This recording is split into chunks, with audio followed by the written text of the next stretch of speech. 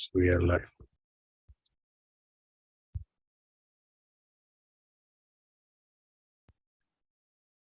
ओम ज्ञानतिमिरान्धस्य ज्ञानाञ्जनशलाकया चक्षुरुन्मिलितं येन तस्मै श्रीगुरुवे नमः। श्रीचैतन्यमनोभीष्टं स्थापितं येन भूतले स्वयं रूपः कदा मह्यं ददाति स्वपदान्तिकं। वन्देऽहं श्रीगुरो श्रीयुतपदकमलं श्रीगुरुं वैष्णवांश्च श्रीरूपं साग्रजातं सगणरघुनाथान्वितं तं सजीवं साद्वैतं सावधूतं परिजनसहितं श्रीकृष्ण चैतन्यदेवं श्रीराधा कृष्णपादान् सगणललितान् श्रीविशाखान्वितांश्च। हे कृष्ण करुणा सिन्धो दीनबन्धो जगत्पते गोपेश गोपिका कांत राधा कांत नमोस्तुते। तप्त कांचन गौरांगी श्री राधे वृंदावनेश्वरी वृषभानुसुते देवी प्रणमामि हरिप्रिये। नमो विष्णुपादाय कृष्ण पृष्ठाय भूतले श्रीमते भक्ति वेदांत स्वामिनिति नामिने। नमस्ते सारस्वते देवे गौरवाणी प्रचारिणे निर्विशेष शून्यवादी पाश्चात्य देशतारिणे। वांछा कल्पतरुभ्यश्च कृपा सिंधुभ्य एव च पतितानां पावनेभ्यो वैष्णवेभ्यो नमो नमः। अनंत कोटि वैष्णव वृंद की जय। श्रीला प्रभुपाद की जय। भगवद गीता की जय। सदगुरु देव की जय। जय श्री कृष्ण चैतन्य प्रभु नित्यानंद श्री अद्वैत गदाधर श्रीवासादि गौर भक्त वृंद। जय श्री कृष्ण चैतन्य प्रभु नित्यानंद श्री अद्वैत गदाधर श्रीवासादि गौर भक्त वृंद। जय श्री कृष्ण चैतन्य प्रभु नित्यानंद श्री अद्वैत गदाधर श्रीवासादि गौर भक्त वृंद। Hare Krishna Krishna Krishna Hare Hare, Hare Rama Rama Rama Hare Hare. Hare Krishna Hare Krishna Hare Krishna Hare Krishna. Welcome to all. Bhakti Shastri unit 2 અને ચેપ્ટર નંબર 8 નો છેલ્લો ભાગ છે આઈ થિંક. થોડુંક બેક સ્ટેપ જઈને આગળ જવું પડશે કારણ કે આ જ કોન્સેપ્ટ ઉપર આગળ જવાનું છે. એટલે વી હેવ સીન, આપણે આ 3-4 સ્લાઇડ જોયેલી છે, છતાં પણ આપણે એનાથી ચાલુ કરીએ. આ બ્રહ્મ ભુવના લોકાઓ પુનરાવર્તિનો અર્જુન મામુપેત્ય તુ કૌંતેય પુનર્જન્મ ન વિદ્યતે. સો શ્રી કૃષ્ણજી જે છે એ પુનરાવર્તિનો ઉપર ભાર મૂકે છે. પુનર એટલે ફરીથી, અને આવર્તિનો એટલે આવવું, ફરીથી આવવું. Right. In the day they receive various bodies. Right. એટલે જ્યારે ભગવાનનો દિવસ હોય ત્યારે આપણને અલગ અલગ શરીરો મળે છે. બ્રહ્માજીનો દિવસ હોય ત્યારે અલગ અલગ શરીરો મળે છે, જેનાથી આપણે અલગ અલગ ભૌતિક ક્રિયાઓ કરીએ છીએ. અને રાત્રે આપણે ભગવાનના શરીરમાં, એને કહેવાય સુસુપ્ત અવસ્થામાં આપણે વિરાજી જઈએ છીએ. અને till the time we come back, it's a very long time, એવું પ્રભુપાદ કહે છે. ઇટ્સ બહુ જ લાંબા સમય સુધી આપણે, દાખલા તરીકે વ્યક્તિ કોમામાં હોય એટલા એવી કેવી રીતે વેજીટેબલ જેવું એનું બોડી હોય, એટલે એમાં કશું જ ઇફેક્ટ્સ ના હોય, આપણે એવી રીતે રહેવું પડે છે. અને ફરીથી જ્યારે બ્રહ્માજીનો દિવસ શરૂઆત થાય ત્યારે ફરીથી આપણે પ્રકટ થઈએ છીએ, આપણને શરીર મળે છે. આપણી જે ઈચ્છાઓ હોય છે એને પૂર્ણ કરવા માટે આપણને શરીર મળે છે. યસ, ચેટબોક્સમાં મેસેજ છે પણ મને દેખાતું નથી, તો જોઈ લેજો. આજે પાર્થ પ્રભુ નથી, જિગ્નેશ દરબાર પ્રભુ તો આવી ગયા છે. ઓહ, ઓકે. તો લિંક પ્રભુ મેં જ મેસેજ કર્યો, જરા રસ્તામાં છું તો થોડી વાર લાગશે મને. હા હા, okay okay, fine, carry on. So બ્રહ્માનું પણ જીવન 100 વર્ષ પૂરું થાય, 311 ટ્રિલિયન વર્ષ, ત્યારે બધું જ જે છે નાશ પામવામાં આવે, ઇન્ક્લુડિંગ બ્રહ્માજીનું પોતાનું લો. અને મિલિયન્સ એન્ડ મિલિયન યર્સ, એટલે કે કરોડો વર્ષો સુધી ધેર ઇઝ નો એક્ઝિસ્ટન્સ. આપણે કલ્પના કરીએ તો ધ્રુજારી છૂટી જાય કે આપણને કોઈ શરીર નથી અને આપણે એકદમ, જેને કહેવાય કે સુસુપ્ત અવસ્થામાં પડેલા છીએ. અને એ પણ એવું નહીં કે થોડા સમય માટે, કરોડો વર્ષો સુધી. કોઈક દિવસ વધારે ઊંઘ આવે, સમજો રેગ્યુલર સમય કરતાં વધારે ઊંઘ્યા હોઈએ, તો પણ એવું લાગે કે કંઈક, મતલબ કે અજુગતું લાગે, હે ને. અને તો એવી રીતે જ્યારે કરોડો વર્ષો સુધી જો સુસુપ્ત રહેવું પડે તો કેટલી મોટી સજા કહેવાય. પ્રભુપાદ કહે છે it's a punishment, it's a punishment to the solve.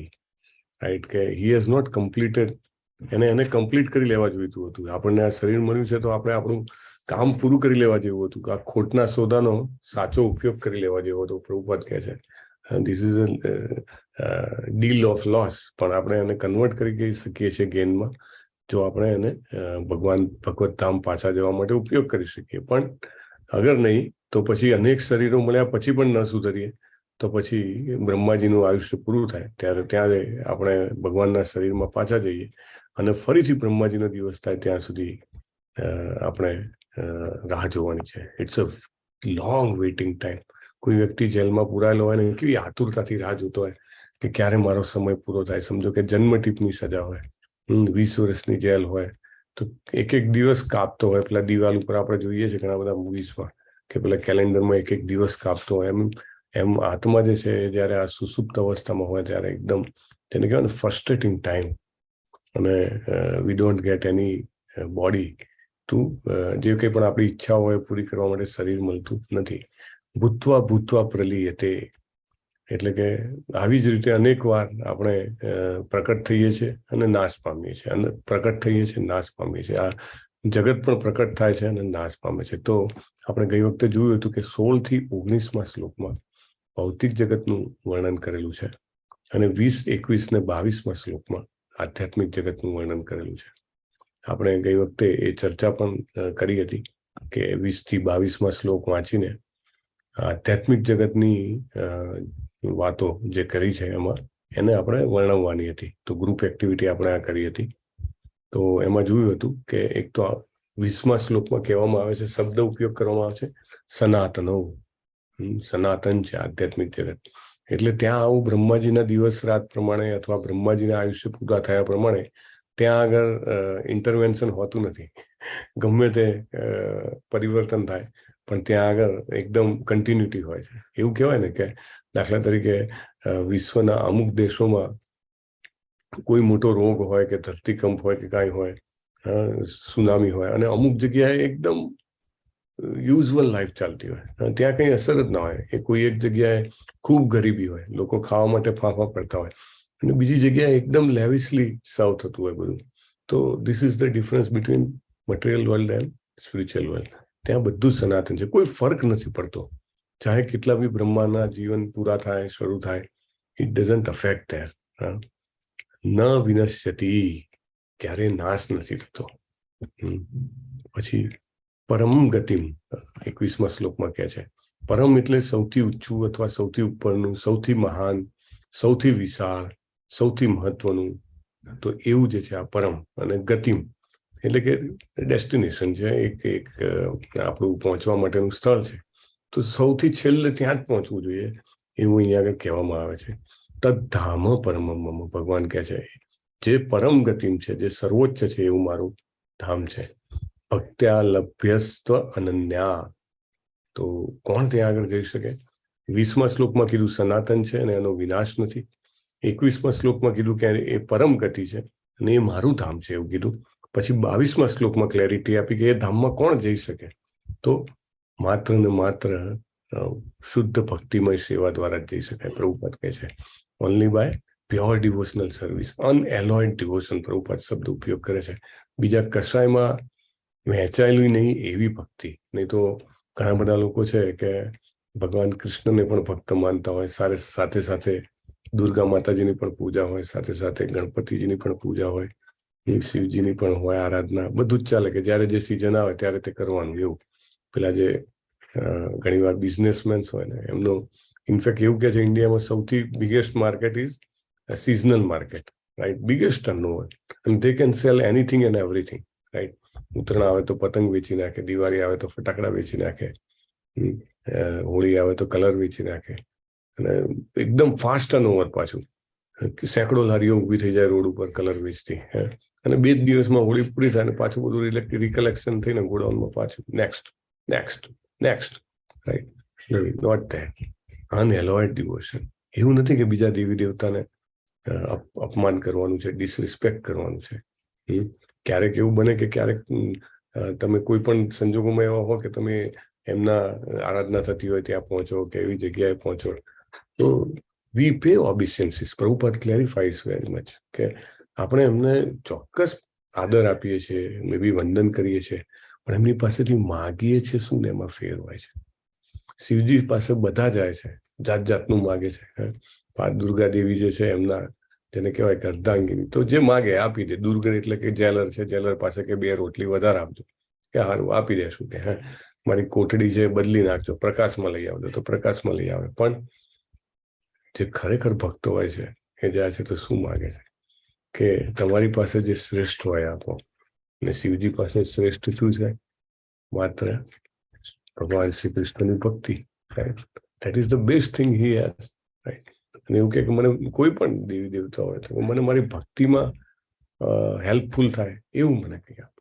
He will not ask any material things, right? અને એ બી એવી કન્ડિશનમાં કે ત્યાં પહોંચ્યો હોય, ત્યાં એવી પરિસ્થિતિ હોય કે બીજું કાંઈ એમાં એ ના હોય, there is no other way, but otherwise he is very clear.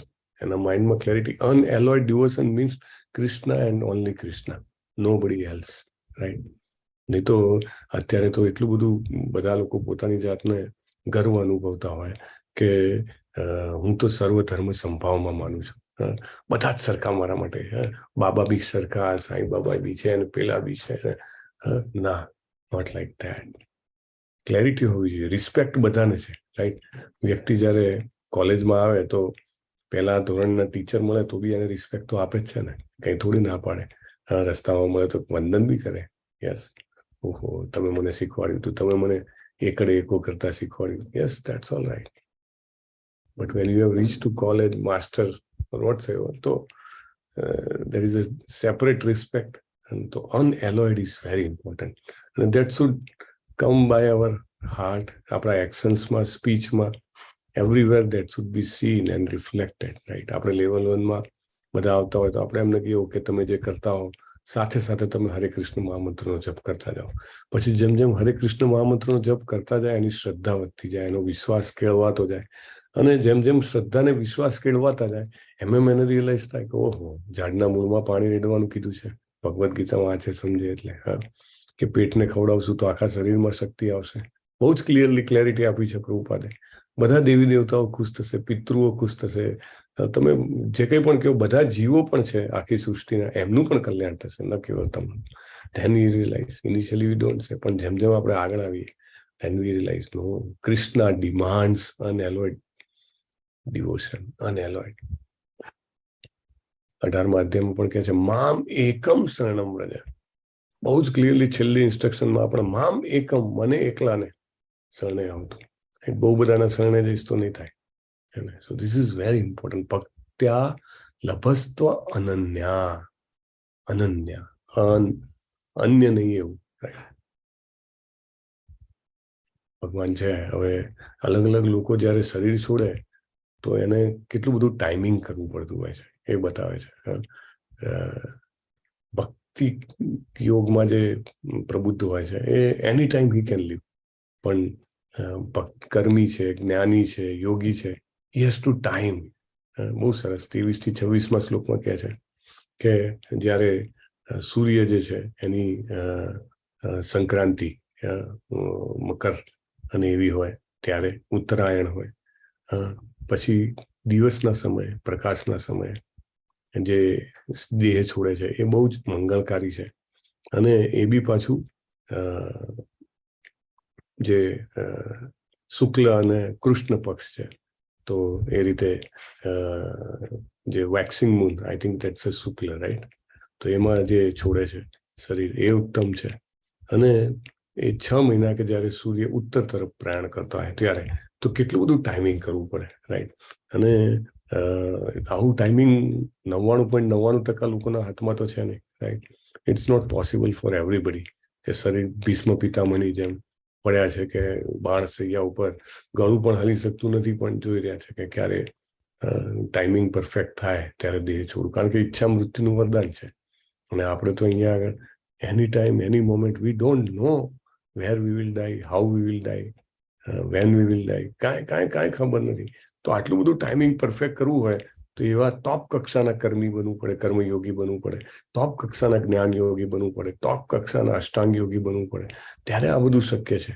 તો આપણે ઈચ્છા મૃત્યુ જેવું થાય કે no, I will decide when I will go. ના તો ઘણા બધા લોકોને તેવું હોય, ડોક્ટર ડિસાઇડ કરે કે હવે વેન્ટિલેટર ઉપર છે, બહુ દિવસ થઈ ગયા, ક્યારે બંધ કરી દઈએ. So it's not like that. પણ કહે છે કે ઉપરના સમય જાય, મે બી અકસ્માતે કે પોતાના પ્રયાસથી, તો એને બ્રહ્મ જ્યોતિમાં ભળવા મળે, એટલે કે મોક્ષ થાય. પહેલું પગથિયું એ બી સંપૂર્ણ નહીં, ખાલી એને જન્મ મૃત્યુમાંથી મુક્તિ મળે, શાશ્વતતા મળે. ચિત્ત અને આનંદ એટલે જ્ઞાન અને આનંદ એ બે મળતા નથી, રાઈટ? તો હવે આ જે કન્ડિશન છે એ બહુ જ ડિફિકલ્ટ કન્ડિશન છે. અને અધરવાઇઝ એ જો સૂર્ય જ્યારે દક્ષિણાયન હોય અથવા રાત્રિ સમયે જાય અને જ્યારે કૃષ્ણ પક્ષમાં મૃત્યુ પામે, અને ભલે બહુ સારી કક્ષાનો યોગી હોય, કર્મયોગી, જ્ઞાન યોગી, અષ્ટાંગ યોગી, તો પણ એને ક્યાં જવા મળશે? તો કે બહુ તો ચંદ્રગ્રહ પર થાય. ચંદ્રગ્રહ પર આયુષ્ય લાંબુ હોય, ઇન્દ્રિયો પાવરફુલ હોય, ઇન્દ્રિયોના વિષયો પણ શક્તિશાળી હોય, એટલે ભોગવવા મળે થોડા ટાઈમ માટે. ક્ષીણે પુણ્ય મર્તે લોકમ વિશંતિ, તો ફરીથી પાછા આવવાનું છે. If the yogi is perfect, he can select time and situation. This is very important. જો પરફેક્શન મળ્યું હોય, તો પૂર્ણતા મળી હોય, તો એ સમય અને જગ્યા, પરિસ્થિતિ બધું નક્કી કરી શકે. પણ જો એક્સપર્ટ ના હોય તો એને અકસ્માતે મરવું પડે, અને એના કારણે એને જ્યાં લઈ જાય એના કર્મો ત્યાં જવું પડે. ભગવાન કહે છે કે જો ભક્ત જે છે એને આ બે રસ્તાની ખબર છે, પણ તું બિલકુલ મૂંઝાઈશ નહીં, કારણ કે તું હંમેશા મારી ભક્તિમાં જો અગર પરોવાયેલો રહીશ તો તું મૂંઝાઈશ નહીં. પ્રભુપાદ લખે છે પરપટ 8.27 ભાવાર્થમાં કે આ બંને રસ્તા જે છે એ આમ જોવા જાવ તો એની ઉપરની જે આપણી શંકા જે છે એ બહુ જ તકલીફ વાળી છે. એટલે સૌથી સારો રસ્તો શું છે કે આપણે કૃષ્ણ કોન્શિયસનેસમાં, કૃષ્ણ ભાવનામૃતમાં હંમેશા આપણી જે સેવાઓ છે, આપણો જે આધ્યાત્મિક જગતમાં જવાનો રસ્તો જે છે એ એકદમ સરળ છે, સલામતી વાળો છે અને સીધો છે. અને એમાં ગેરંટી છે, બહુ જ મોટી વાત છે. It's a guarantee. Prabhupada guarantee આપે છે, જેવી રીતે 4 નિયમોનું પાલન કરો, 16 માળા કરો. હિઝ હોલીનેસ જયપતાકા સ્વામી ગુરુ મહારાજ કહે છે કે જે આમાં માનતા નથી પ્રભુપાદની ગેરંટીમાં, એના વિશે હું કંઈ ના કહી શકું, પણ જે લોકો ખરેખર હૃદયપૂર્વક, શ્રદ્ધાપૂર્વક એમના શબ્દો પર વિશ્વાસ રાખે છે, they will definitely go back to Godhead. That is the words of pure devotee of the Lord. એટલે પ્રભુપાદ ભગવાનના શુદ્ધ ભક્ત છે અને એમના શબ્દો ભગવાન માન્ય રાખશે. જેવી રીતે અર્જુનને કહે છે, કૌંતેય પ્રતિજાનીહિ નમે ભક્તા પ્રણશ્યતિ. રાઈટ? તું જઈને કહી દે, કારણ કે તારા શબ્દો જે છે એ મારે ચોક્કસ માન્ય રાખવા પડશે. રાઈટ? એટલે ધીસ ઇઝ વેરી ઇમ્પોર્ટન્ટ કે જે ગેરંટી આપણને મળી છે એ રસ્તો બહુ કેવો છે, 3 કેટેગરી છે એની. સેફ છે, એટલે એમાં સ્ખલન થાય અથવા તો એમાંથી તમે પૂરું ના કરી શકો, ઇનકમ્પ્લીટ રહે અથવા તો ઇનકરેક્ટ થાય. 2 રીતે મિસ્ટેક થઈ શકે તમે કોઈ પણ કામ કરતા હો તો ભક્તિ યોગનું આપણે કરતા હોઈએ સાધના, તો કાં તો એ ઇનકમ્પ્લીટ રહે, આપણે પૂરેપૂરી ના થઈ હોય ને આપણું મૃત્યુ થઈ જાય, અથવા ઇનકરેક્ટ, ક્યારેક મિસ્ટેક્સ થાય ને, તો એ ઓફેન્સ થાય, આપણાથી અપરાધ થાય, છતાંય જો આપણે કન્ટિન્યુ રાખીએ, રાઈટ, ધેન રસ્તો જે મળે છે કેવો મળે છે? સેફ મળે છે, સિમ્પલ છે અને ડાયરેક્ટ છે. 3 ક્વોલિટી છે. સેફ એટલે સલામતી, કે સ્ખલન થાય તો પણ વાંધો નથી. સિમ્પલ એટલે કે બહુ સરળ છે સમજવા માટે. ભગવાનને ભોગ લગાવો એ કંઈ અઘરું નથી. હરે કૃષ્ણ મહામંત્રનો જપ કરવો, એક જીભ આપેલી છે, કાન આપેલું છે, બંને ભેગું કરીને સ્વાભાવિક રીતે થઈ શકે. રાઈટ? That is second. અને થર્ડ ઇઝ કે ભગવદ્ ગીતા, ભાગવતમનું અધ્યયન, ચર્ચા, મનન, ચિંતન, that is also simple. Right? કારણ કે આપણને પ્રભુપાદ એમના પુસ્તકો આપી ગયા છે, અને સરસ મજાના ડિવોટી આપણી સાથે હોય તો આપણે એમની સાથે કનેક્ટ થઈ શકીએ. તો with this 3 things it becomes very simple. અને ડાયરેક્ટ. Why direct? એને ઇનડાયરેક્ટ કેમ નથી કહેતા? બિકોઝ બીજી બધી પ્રોસેસમાં જો વ્યક્તિ સફળ જાય તો પણ ક્રમશઃ ઉપર જાય. Right? Step by step, may be ઉચ્ચ લોકોના ગ્રહમાં જાય, આગળ વધતો બ્રહ્મલોક સુધી પહોંચે. So it's a gradual process. પણ ભગવાનનો જે ભક્ત છે એ સીધો આપણે આગળ, મીન્સ કે ભાગવતમમાં પણ આવે છે, રાઈટ? તો ભક્તો જ્યારે એમને વિમાન લેવા આવે છે, બધા જ લોકમાંથી જાય, અને બીજા ઉચ્ચ લોકોના જે વાસીઓ છે એ બધા ફૂલ વરસાવે અથવા પ્રાર્થના કરે કે જોવે કે આહા ભગવાનનો ભક્ત જઈ રહ્યો છે ભગવત ધામ, they see like આહા જબરજસ્ત. જેવી રીતે આપણે નાના હતા ને વિમાનને જોતા હતા, ઓહો કેવું વિમાન જાય છે, ક્યાં જતું હશે, અંદર કેવા લોકો બેઠા હશે. એટલો અહોભાવ, એટલા અહોભાવથી આ જેને કહેવાય પ્રોગ્રેશન થાય છે. સો અહીંયા આગળ ગેરંટી આપેલી છે, કયા કયા શ્લોકોમાં આપેલી છે, તો અહીંયા આગળ એનું સમેશન છે. 5મા શ્લોકમાં કહે છે કે તુરંત જ મારી પ્રકૃતિને પામે છે, અને એમાં કોઈ શંકાને સ્થાન નથી. બહુ જ ક્લિયરલી તુરંત પામે છે અને કોઈ શંકા નથી, બંને કહી દીધું, નો ડાઉટ.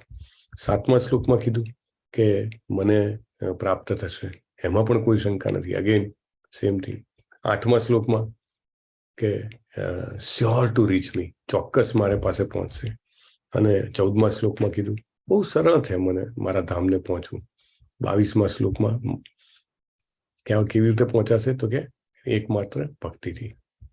તો 7માથી 12મા અધ્યાયમાં આપણે ભગવદ્ ગીતાનો જે તત્વ છે, સાર છે, એ જોઈએ છે. પહેલા 6 અને છેલ્લા 6 ચેપ્ટર જે છે એ એકચ્યુઅલી કવરઅપ કરે છે વચ્ચેના 6 ચેપ્ટરને, રાઈટ, એને પ્રોટેક્ટ કરે છે. Specially protected by Lord. પ્રભુપાદના શબ્દો બહુ જબરજસ્ત છે. અને પ્રભુપાદ કહે છે if one is fortunate enough, જો કોઈ એટલો ભાગ્યશાળી હોય કે ભગવદ્ ગીતાને સમજી શકે, ખાસ કરીને વચ્ચેના 6 ચેપ્ટરને. અને એ પણ કેવી રીતે, જો સમજવાની પ્રોસેસનું બહુ મહત્વ છે. કેવી રીતે? In the association of devotees, right. ભક્તોની મધ્યમાં આપણે ભગવદ્ ગીતાના ચેપ્ટરને સમજવાની, ચર્ચા કરવાની, વાત કરવાની પ્રયત્ન કરીએ છીએ. That process is what Sheila Prabhupada has explain, right. That is the process. આપણે લેવલ 1 હોય, લેવલ 2 હોય, લેવલ 3, લેવલ 4, વોટ્સ એવર, આપણે એને સમજવાનો પ્રયાસ કરીએ છીએ. કેવી રીતે? In the prescribed method. Bhagavad Gita જે છે, દાખલા તરીકે કોઈ મેડિસિન હોય, તો મેડિસિન જે હોય, મેડિસિન પોતે અસરકારક હોય, પણ એને લેવાની જે પ્રોસેસ હોય, એ પ્રોસેસ નું પણ પ્રિસ્ક્રિપ્શન હોય ને, કે આ પ્રોસેસથી જ લેવી, right. You take different injection in different way, right. Sometimes તમે સુગર માટેનું ઇન્જેક્શન લો તો ડાયરેક્ટ સ્કિનમાં મારવામાં આવે, બરાબર ને? It is not like other injection. So process શું છે? તો પ્રોસેસ છે કે ડિવોટીઝની વચ્ચે, ડિવોટીઝના સંગમાં, અને that is the most important. At least અત્યારે ગોલ્ડન કલી ચાલે છે, તો આપણને ડિવોટીઝ મળી રહે છે, રાઈટ. તમે મને મળી રહ્યો છો, અને આપણે બધા સાથે રહીને આ ચર્ચા કરી શકીએ છીએ. Then his life at once become glorified. આપણને ખબર નથી, આપણે તો બહુ અજાણ છીએ, આપણને લાગે કે બહુ સામાન્ય જીવન જઈ રહ્યું છે, પણ પ્રભુપાદ કહે છે ઇટ એટ વન્સ, તુરંત, જેવું પણ આપણે આ ચાલુ કરીએ છીએ ભગવદ્ ગીતાની ચર્ચા કરવાનું ભક્તોની વચ્ચે, ઇમિજિએટલી આપણું જીવન જે છે, આપણી ચેતના જે છે, એ એકદમ જેને કહેવાય કે ઉર્ધ્વ ગતિ એ પ્રયાણ કરે છે. અને બીજા કોઈ પણ યજ્ઞ, દાન, તપ કે તર્ક, 4 વસ્તુ પ્રભુપાદ કહે છે કે જે જનરલી લોકો ઉપયોગ કરતા હોય છે. મોટા મોટા યજ્ઞો કરાવે, જબરજસ્ત દાન આપી દે. નૃગ રાજાની ઘટના ખબર છે આપણને, અથવા તો પોતપોતાની કેપેસિટી પ્રમાણે દાન કરતા હોય. તપ, જબરજસ્ત લાંબા લાંબા જેને કહેવાય કે નકોડા ઉપવાસ કરવા, કે જબરજસ્ત પદયાત્રાઓ મોટી મોટી એવી કરવી કે જેમાં બહુ કષ્ટ હોય, રાઈટ. તો એ બધું જ જે છે, અથવા તો તર્ક, જેને સાંખ્યો કે તર્ક કહેવાય, કે ભાઈ ના હું શરીર નથી, ને પછી એની આગળ જઈને ઘણું બધું વિશ્લેષણ કરે ને, એ બધું, એ બધા કરતા for one can achieve all the result of these activities. એટલે યજ્ઞનું, દાનનું, તપનું, યજ્ઞે શું, દાને શું, તપે શું છે, બધું જ જે ફળ છે એ માત્ર કૃષ્ણ ભાવનામૃતમાં જીવન જીવવા માત્રથી મળી જાય છે. This is very important. 8.28 purport Prabhupada has given કે કોઈ કંઈ ઈચ્છા લઈને આવ્યું હોય તો ચોક્કસ મળી જ જશે. એમાં કોઈ ચિંતા જ નહીં રાખવાની કે હું આ યજ્ઞો નથી કરતો, મેં મોટા મોટા પેલા માનવ સેવાના કાર્યો નથી કર્યા, અથવા તો શરીરને બરાબર કષ્ટ નથી આપ્યું, એવા તપ નથી કર્યા. પ્રભુપાદ કે doesn't matter. Whatever you wish you will definitely get in Krishna consciousness. ભક્તિમાં બધું જ મળી જશે. So with that we end the chapter number 8 and we will start with chapter number 9. Hare Krishna.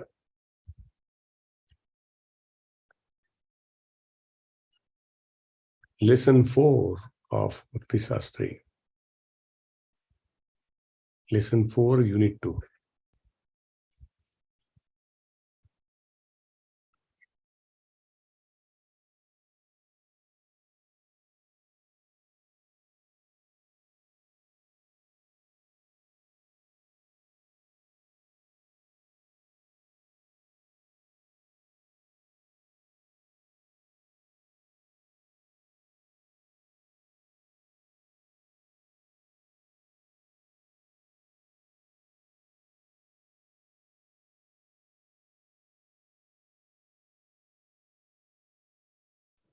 Hare Krishna, mute છો આપ પ્રભુજી. Yes, thank you. સો ફોટામાં જ દેખાય છે, in the association of devotees. Prabhupada બેઠા છે ને ચારે બાજુ બધા એમના શિષ્યો અને ડિવોટીઝ બેઠા છે. ઇનફેક્ટ પ્રભુપાદ એવું પણ કરતા હતા કે ઘણી બધી વાર Prabhupada use to seat and here, અને he will ask somebody to speak. તો એવું પણ કે તમે બોલો, ચાલો ચર્ચા કરો, હું જોઉં છું તમે કેવી ચર્ચા કરો છો, જોઉં છું અથવા હું સાંભળું છું. he used to participate also. This is the very effective process. ચર્ચા કરવાની અને ગ્રુપમાં એમના શબ્દોને વાંચીને મનન કરીને એના વિશે કોન્ટેમ્પ્લેશન જેને કહેવાય એ કરવાનું. That helps a lot. Late us C. તો લેસન 3 નો રિવ્યુ આપણે કર્યો ચેપ્ટર નંબર 8માં. એમાં આપણે મુક્તિની પ્રક્રિયા, એના સિદ્ધાંતો, યોગ મિશ્ર ભક્તિ, અનન્ય ભક્તિ, પછી ભૌતિક જગત ને આધ્યાત્મિક જગતની સરખામણી, અને શુદ્ધ ભક્ત જે છે ભગવાનના ધામને કેવી રીતે ગેરંટીથી પહોંચી શકે છે ભક્તિમય સેવા કરતા, એ જોયું છે આપણે. ભગવાન કૃષ્ણએ અર્જુનજીને પ્રોત્સાહન આપવા માટે એમની જે સેવા છે એ સેવામાં ઉચ્ચતર જેને કહેવાય ગુહ્યતમ જ્ઞાન આપવા માટે 9મા અધ્યાયનો જે કે સૌથી વધારે કોન્ફિડેન્શિયલ છે એના વિશે 9મા અધ્યાયમાં કહે છે. જે અત્યાર સુધી કીધું એના કરતા સિક્રેટ નોલેજ છે, રાઈટ.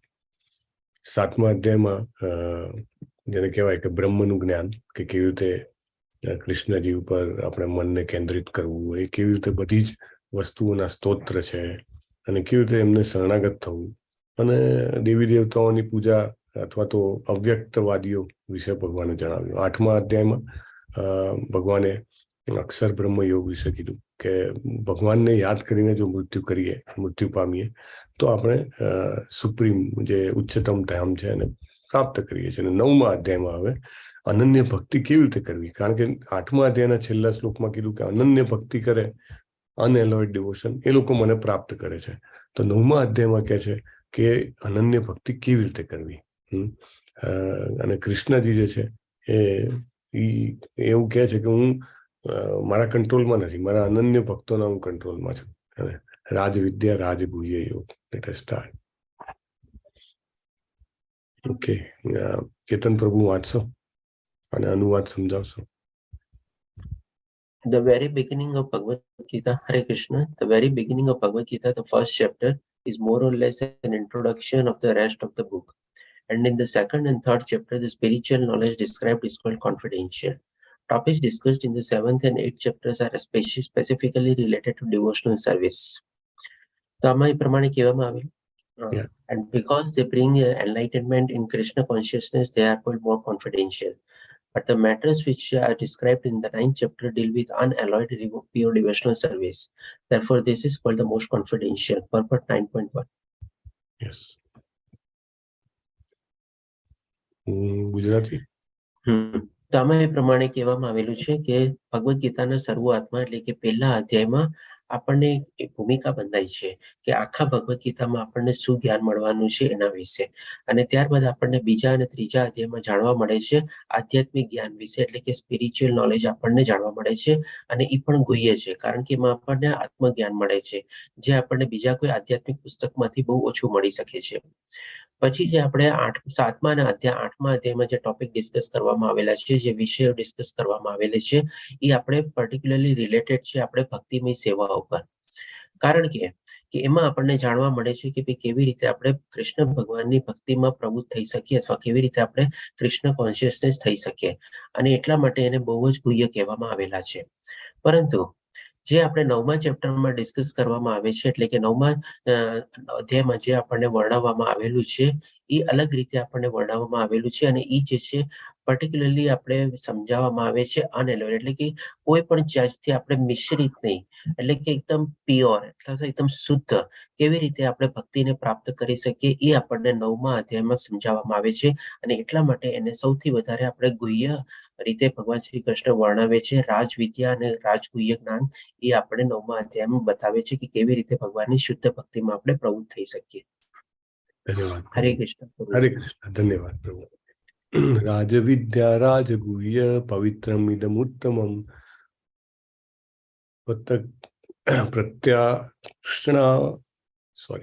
પ્રત્યક્ષણાવગમા ધર્મ્યા સુસુખમ કર્તુમ અવ્યયમ.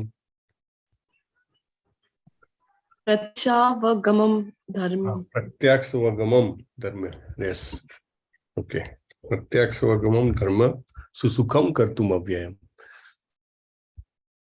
આ જ્ઞાન જે છે એને બધા જ કેળવણીઓનો રાજા કહેવામાં આવ્યો છે. એકચ્યુઅલી પ્રભુપાદ કહે છે કે we are having A false system of education. Academic education actually it doesn't give any spiritual enlightenment. Prabhupada બહુ જ સ્ટ્રોંગલી કહે છે અહીંયા આગળ કે વિદ્યા, અહીંયા આગળ કારણ કે વિદ્યા શબ્દ વાપર્યો છે એટલે he stresses to the maximum point કે actually Vidya means what? Vidya means કે તમને તમારા આત્મા માટેનું જ્ઞાન આપે. વિદ્યા means કે કેવી રીતે તમે આ જંજાળમાંથી છૂટી શકો એનું જ્ઞાન આપે. વિદ્યા means કે તમને આ શરીરમાં જ કેવી રીતે હાઈએસ્ટ સ્પિરિચ્યુઅલ એનલાઇટનમેન્ટ એટલે કે સૌથી વધારે આધ્યાત્મિક આનંદ કેવી રીતે મળી શકે એનું જ્ઞાન આપે. પણ એકચ્યુઅલી અત્યારની જે એકેડેમિક સિસ્ટમ છે જેને એજ્યુકેશન કહેવામાં આવે છે, કેવું કે આ એજ્યુકેટેડ માણસ છે તો બધા એની સામે બહુ જ જેને કહેવાય રિસ્પેક્ટથી જોવે, પણ it doesn't give any enlightenment, right. જ્યારે આ જે ભગવદ્ ગીતામાં આપેલું છે ને એસ્પેશિયલી 9th ચેપ્ટરમાં એને બધી જ કેળવણીઓનો, બધા જ જેને કહેવાય કે શિક્ષણનો રાજા કહેવાય છે, બધી વિદ્યાઓનો. અને most secret of all secret. ઘણા બધા રહસ્યો હોય છે પણ આ રહસ્ય કેવું છે, કારણ કે આપણને લાગે આપણને તો વંચાઈ જાય છે, શ્લોક સમજ પડે છે, પણ એટલા એના અંદર ઉતરી અને એ રિયલાઇઝેશન ડીપ આપણા કોન્શિયસનેસમાં જાય અને આપણા મન વચન ને કર્મ ત્રણેયમાં એના જેને કહેવાય કે એમાં જે ઇંગિત છે એ પ્રમાણે આપણે ભક્તિમય સેવામાં જોતરાઈએ, then it is really એવું કહી શકાય કે રિયલાઇઝડ નોલેજ છે, આત્મસાત કરેલું જ્ઞાન છે. It is the purest knowledge, સૌથી શુદ્ધ. કારણ કે એ ડાયરેક્ટ પરસેપ્શન કે આપણને જેને કહેવાય ને કે આપણો ને ભગવાન સાથેનો જે સંબંધ છે ને what is expected out of me, મારી પાસે શું અપેક્ષા રાખવામાં આવે છે એની આપણને ક્લેરિટી આપે છે. એટલા માટે એને ધર્મની પણ પૂર્ણતા કહેવામાં આવે છે. અને એવરલાસ્ટિંગ એટલે ભગવદ્ ગીતા તો એ વખતે બોલાઈ ગઈ, કોઈ કે હવે અત્યારે એને શું લાગે વળગે, ના, હંમેશા ભવિષ્યમાં આવનારી અનેક પેઢીઓ સુધી પણ આ જ્ઞાન જે છે એટલું જ જરૂરી છે અને એટલું જ મહત્વનું રહેવાનું છે.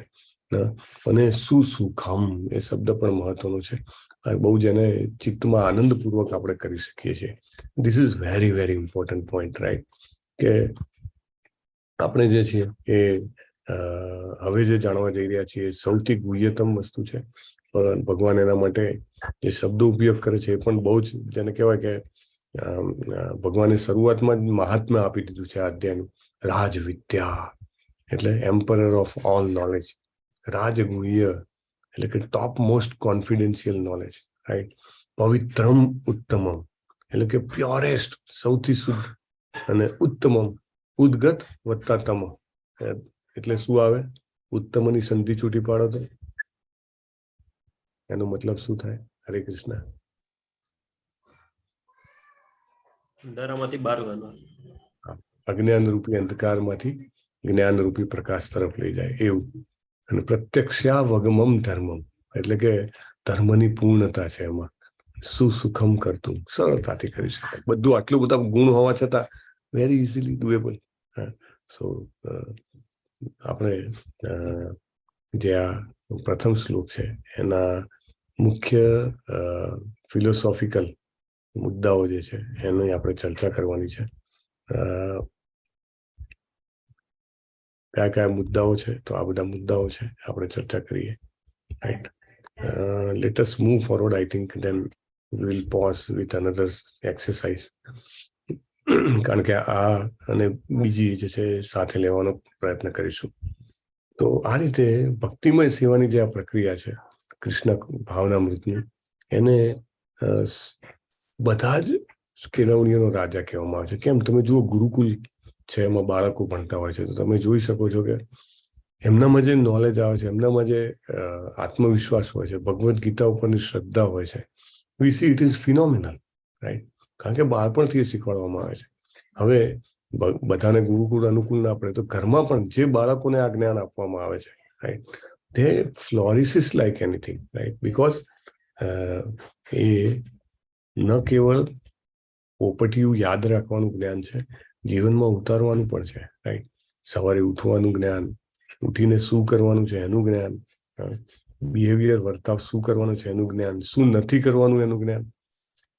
hasn't it made it very clear કે લાઈફમાં શું કરવાનું છે, શું નથી કરવાનું, ક્યારે કરવાનું છે, કેવી રીતે કરવાનું છે, કોની સાથે કરવાનું છે, રાઈટ? Everything is clear. એટલે પ્રભુપાદ કહે છે કે બધી જ કેળવણીઓનો રાજા છે, બધા જ ગુપ્ત રહસ્યોનો રાજા છે, અને ધર્મનું સૌથી શુદ્ધ સ્વરૂપ છે એ. અને બહુ આનંદથી, દાખલા તરીકે કોઈને એવું નથી કીધું કે ભાઈ તમે ભૂખ્યા રહો, રાઈટ? તમને જે પસંદ હોય, સ્વાભાવિક છે, આપણે તો ભગવાનને એના માટે ધરાવવું જોઈએ. પણ ઇનિશિયલ સ્ટેજમાં હોય જે લોકો કે એને ભાઈ મારે આ ખાવું છે, તો પહેલા કે એને વ્યવસ્થિત બનાવો, ભગવાન માટે બનાવતા હોય એ રીતે બનાવો, ભગવાનને ધરાવો, એમને ભોગ લગાવીને ખાઓ, તો ડેફિનેટલી કંટ્રોલ આવી ગયો કે નહીં, રાઈટ? અને સ્લોલી ધેન પ્યોરિફિકેશન આવી જાય. મે બી એક સ્ટેજ એવું આવે, definitely it's a far stage, પણ we eat only to maintain the body, right? Only to maintain the body.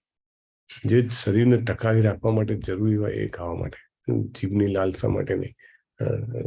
અને જે જરૂરી છે આહાર વિહાર યુક્ત, એ જેટલું જરૂરી હોય એટલા માટે એટલું, જેને શરીરને જરૂર હોય એટલું ખાવું, જેટલું જેને કહેવાય કે બધું જ કંટ્રોલમાં. એન્ડ એ બહુ જોયફુલી થઈ શકે છે, રાઈટ? ભગવાનને ભોગ ધરાવીને આનંદથી પ્રસાદ લે ભક્તો, આનંદથી વિગ્રહ સેવા કરે, આનંદથી જપ કરે, રાઈટ? આનંદથી ભગવદ્ ગીતાની ચર્ચા કરે. તેટલા માટે બધા એને એક્સેપ્ટ કરવું જોઈએ. તો ભગવાનની ભૌતિક જગત સાથેનો જે સંબંધ છે એ 9.4 to 9.10 એટલે 7 શ્લોકોમાં આપેલો છે. અહીંયા આગળ એક્સરસાઇઝ બહુ જબરજસ્ત છે. ડ્રો કરવાનું છે. તમારી પાસે પેન, પેન્સિલ કે કાગળ ને પેન ના હોય તો આઈ ડોન્ટ નો તમે એને કેવી રીતે કરી શકો, પણ યુ મે ટ્રાય કે ભગવાનનો સંબંધ જે છે ભૌતિક જગત સાથેનું, એનું પિક્ચર દોરવાનું છે, રાઈટ? એક્સેપ્ટ જે અહીંયા બતાવવામાં આવ્યું છે એના સિવાયનું. અને એમાં ખાસ કરીને જે સંસ્કૃતના શબ્દો છે એ લખવાના છે. પ્રભુપાદના ભાવાર્થમાંથી જે આવે છે ઇન્ફોર્મેશન, માહિતી, એનો ઉપયોગ કરવાનો છે. અને એમને ઘણા બધા ઉદાહરણ આપેલા છે, એ ઉદાહરણનો ઉપયોગ કરવાનો છે. કેટલા શ્લોક છે? 4, 5, 6, 7, 8, 9 અને 10, આટલા બધા છે. સો આપણે 9 જણા છીએ, તો વી કેન ડિસ્ટ્રીબ્યુટ. હરે કૃષ્ણ પાર્થ પ્રભુ. પાર્થ પ્રભુ ઇઝ નોટ ધેર. ઓકે, ચાલો. જિગ્નેશ દરબાર પ્રભુ, હરે કૃષ્ણ. હરે કૃષ્ણ પ્રભુ. હા, આપણે 4 ગ્રુપ પાડી શકીએ, રાઈટ? ઓર મે બી 3 ગ્રુપ કરીએ, અને 3 ગ્રુપમાં આપણે વહેંચાઈ જઈએ અને પિક્ચર બનાવવાનો ટ્રાય કરીએ. ઓર લેટેસ્ટ સી કે ઇન્ડિવિડ્યુઅલ જ કરીએ. કેટલા પેજીસ છે આમાં? લેટેસ્ટ સી 4 થી લઈને 10મા શ્લોકમાં.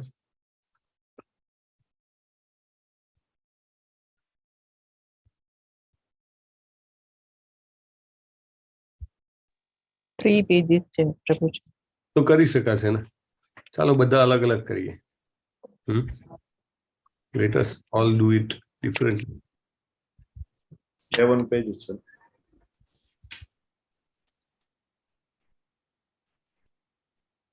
અને આઈ થિંક એ જ બહેતર રહેશે. નહીં તો અગર ડિસ્ટ્રીબ્યુટ કરશું તો પણ ચાલુ થાય છે 4:38 થી, એટલે 1, 2, 3, 4, એટલે 6, 8 પેજીસ છે. ઓકે, હા, તો વાંધો નહીં. યુ કેન ચોઇસ, તમને ચૂઝ કરી શકો છો તમારી રીતેથી, અને ડ્રો કરવાનો પ્રયત્ન કરી શકો છો. અને શું ધ્યાન રાખવાનું છે? તો સંસ્કૃતના શબ્દો, પછી પ્રભુપાદના ભાવાર્થમાં જે માહિતી આપી છે તે, અને જે ઉદાહરણો એમાં કીધેલા છે, રાઈટ? સો એ રીતે કરવાનું છે.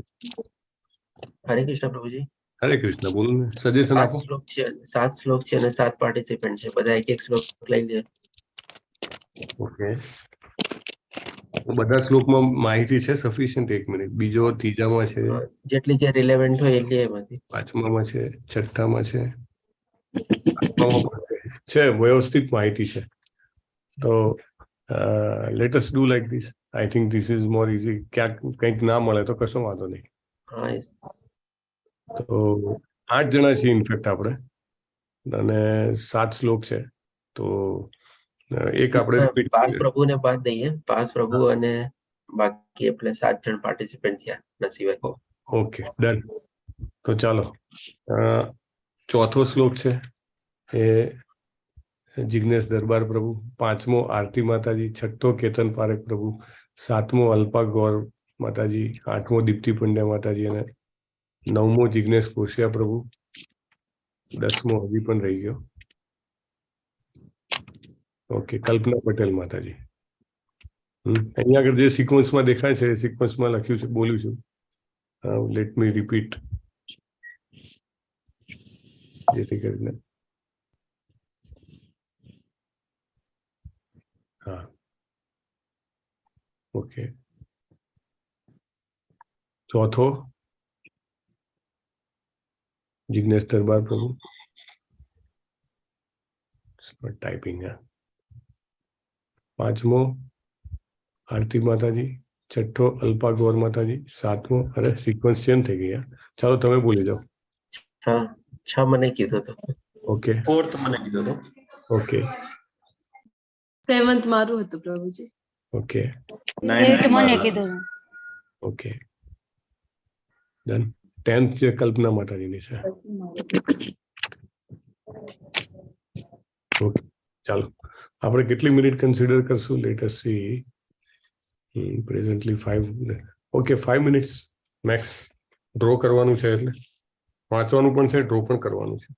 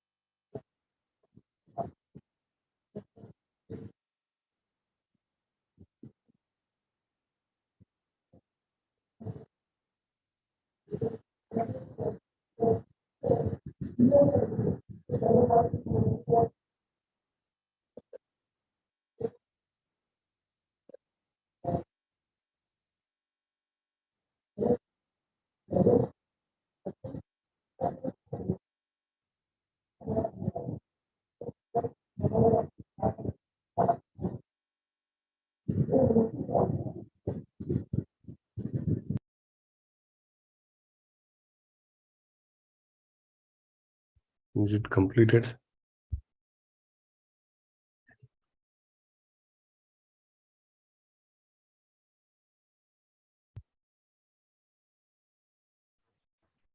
Yes, Prabhuji.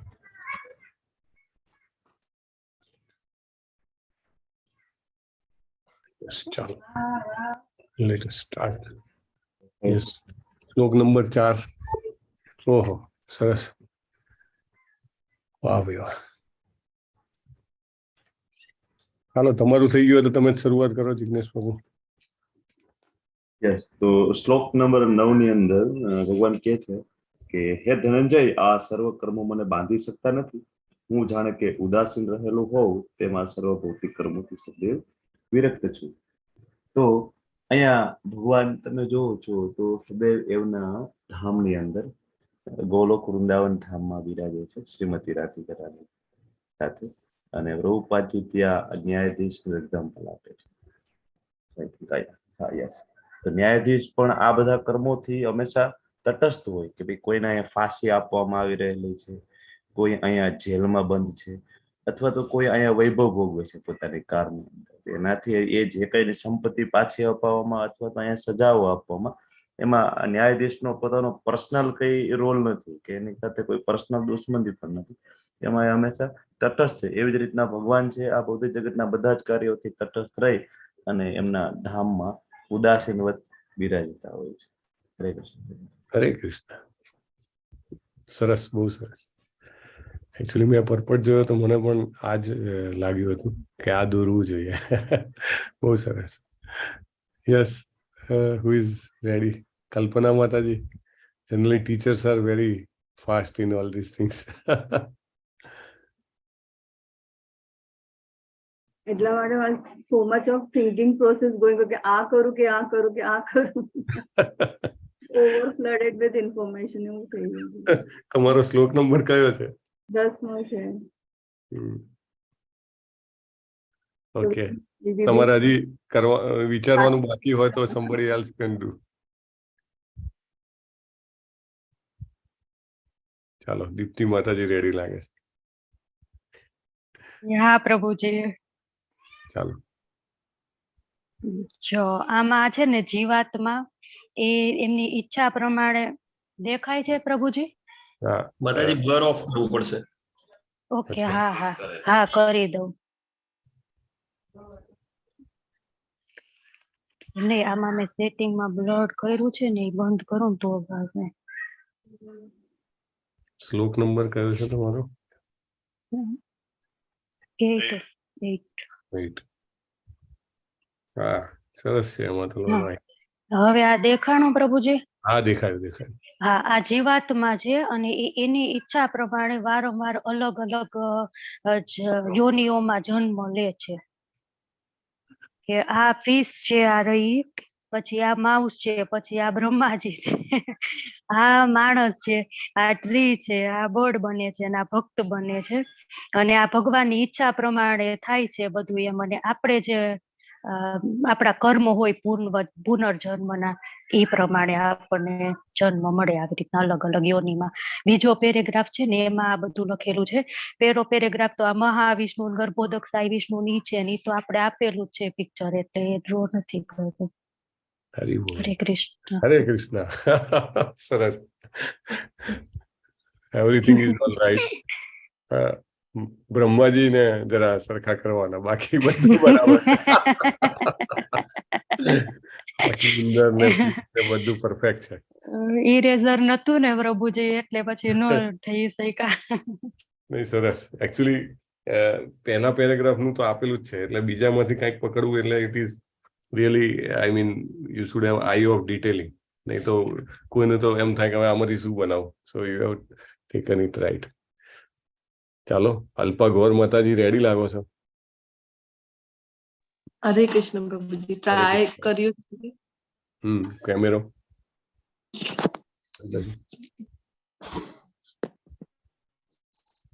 નથી દેખાતું.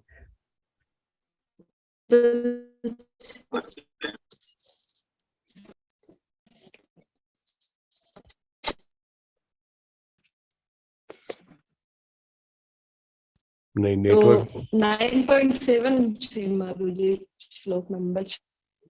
ઓકે, તમને કોઈને દેખાય છે? નેટવર્ક બેન લો આવે છે ને. બેન્ડવિડ્થ ઓછી લાગે. તમે એક કામ કરો, નહીં તો ફોટો પાડીને વોટ્સએપ કરી દો તો હું શેર કરી દઉં. ઓકે પ્રભુજી. અને મીનવાઇલ જિગ્નેશ દરબાર પ્રભુ. હરે કૃષ્ણ પ્રભુ. હરે કૃષ્ણ. મેં પણ ટ્રાય કર્યો છે, હું બતાવું.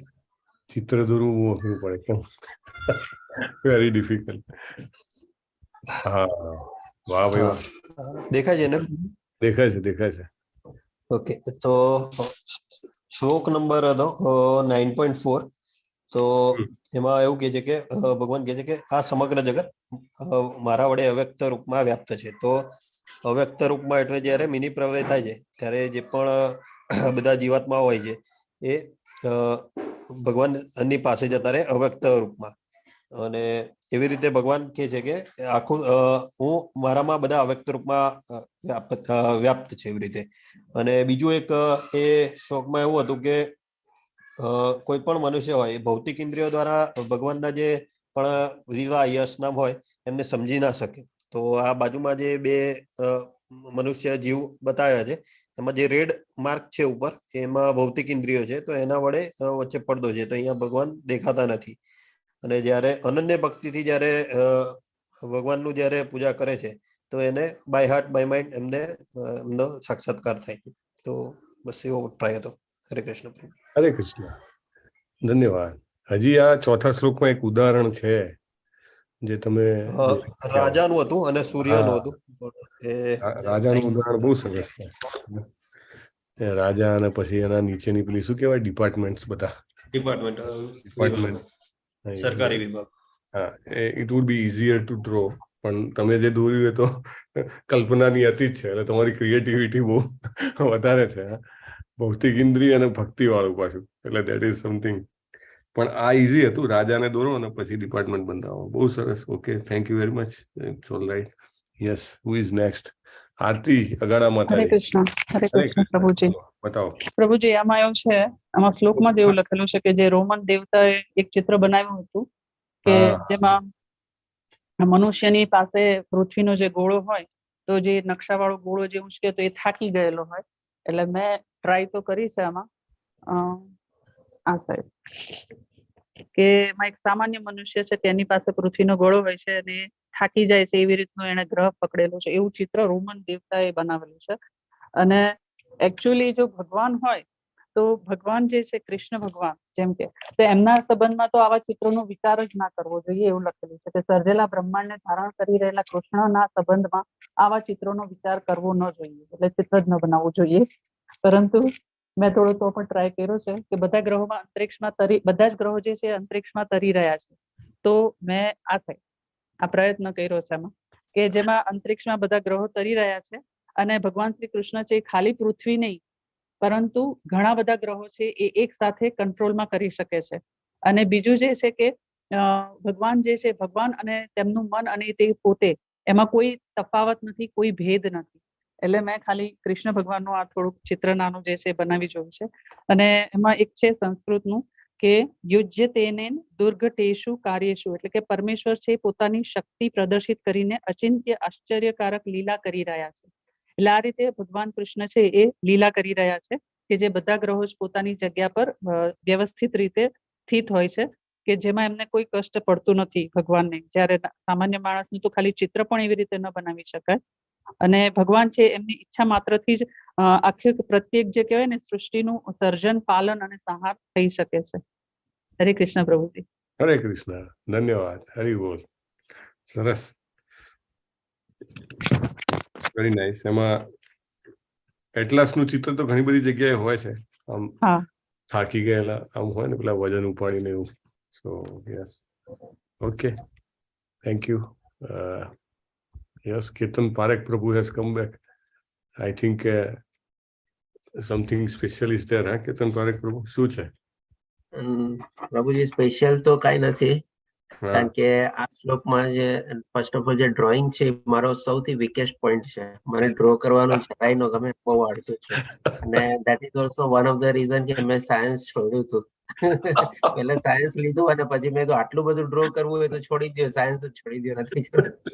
એટલે ડ્રોઈંગ મારો વીકેસ્ટ પોઈન્ટ છે. તેમ છતાં મેં કંઈક પ્રયત્ન કર્યો છે. I think I will be the worst drawer among all the participants. કેટલામો શ્લોક છે તમારો પ્રભુ? છઠ્ઠો શ્લોક છે. ઓકે.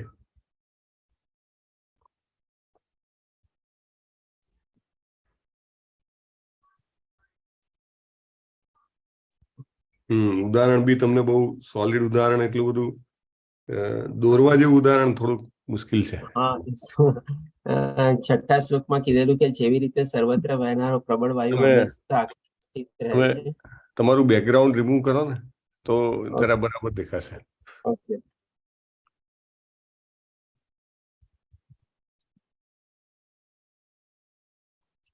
હવે આવે છે?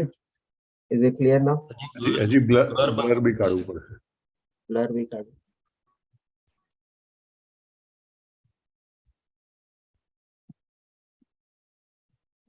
ત્રણ ઓપ્શન દેખાડે છે, તો શું કરવાનું? નન છે. નન. હવે હવે નોટ યેટ. નન તો ક્લિક કર્યું હતું. નનમાં હજી બ્લર છે. ફરી એકવાર ટ્રાય કરો, નન સિલેક્ટ કરીને.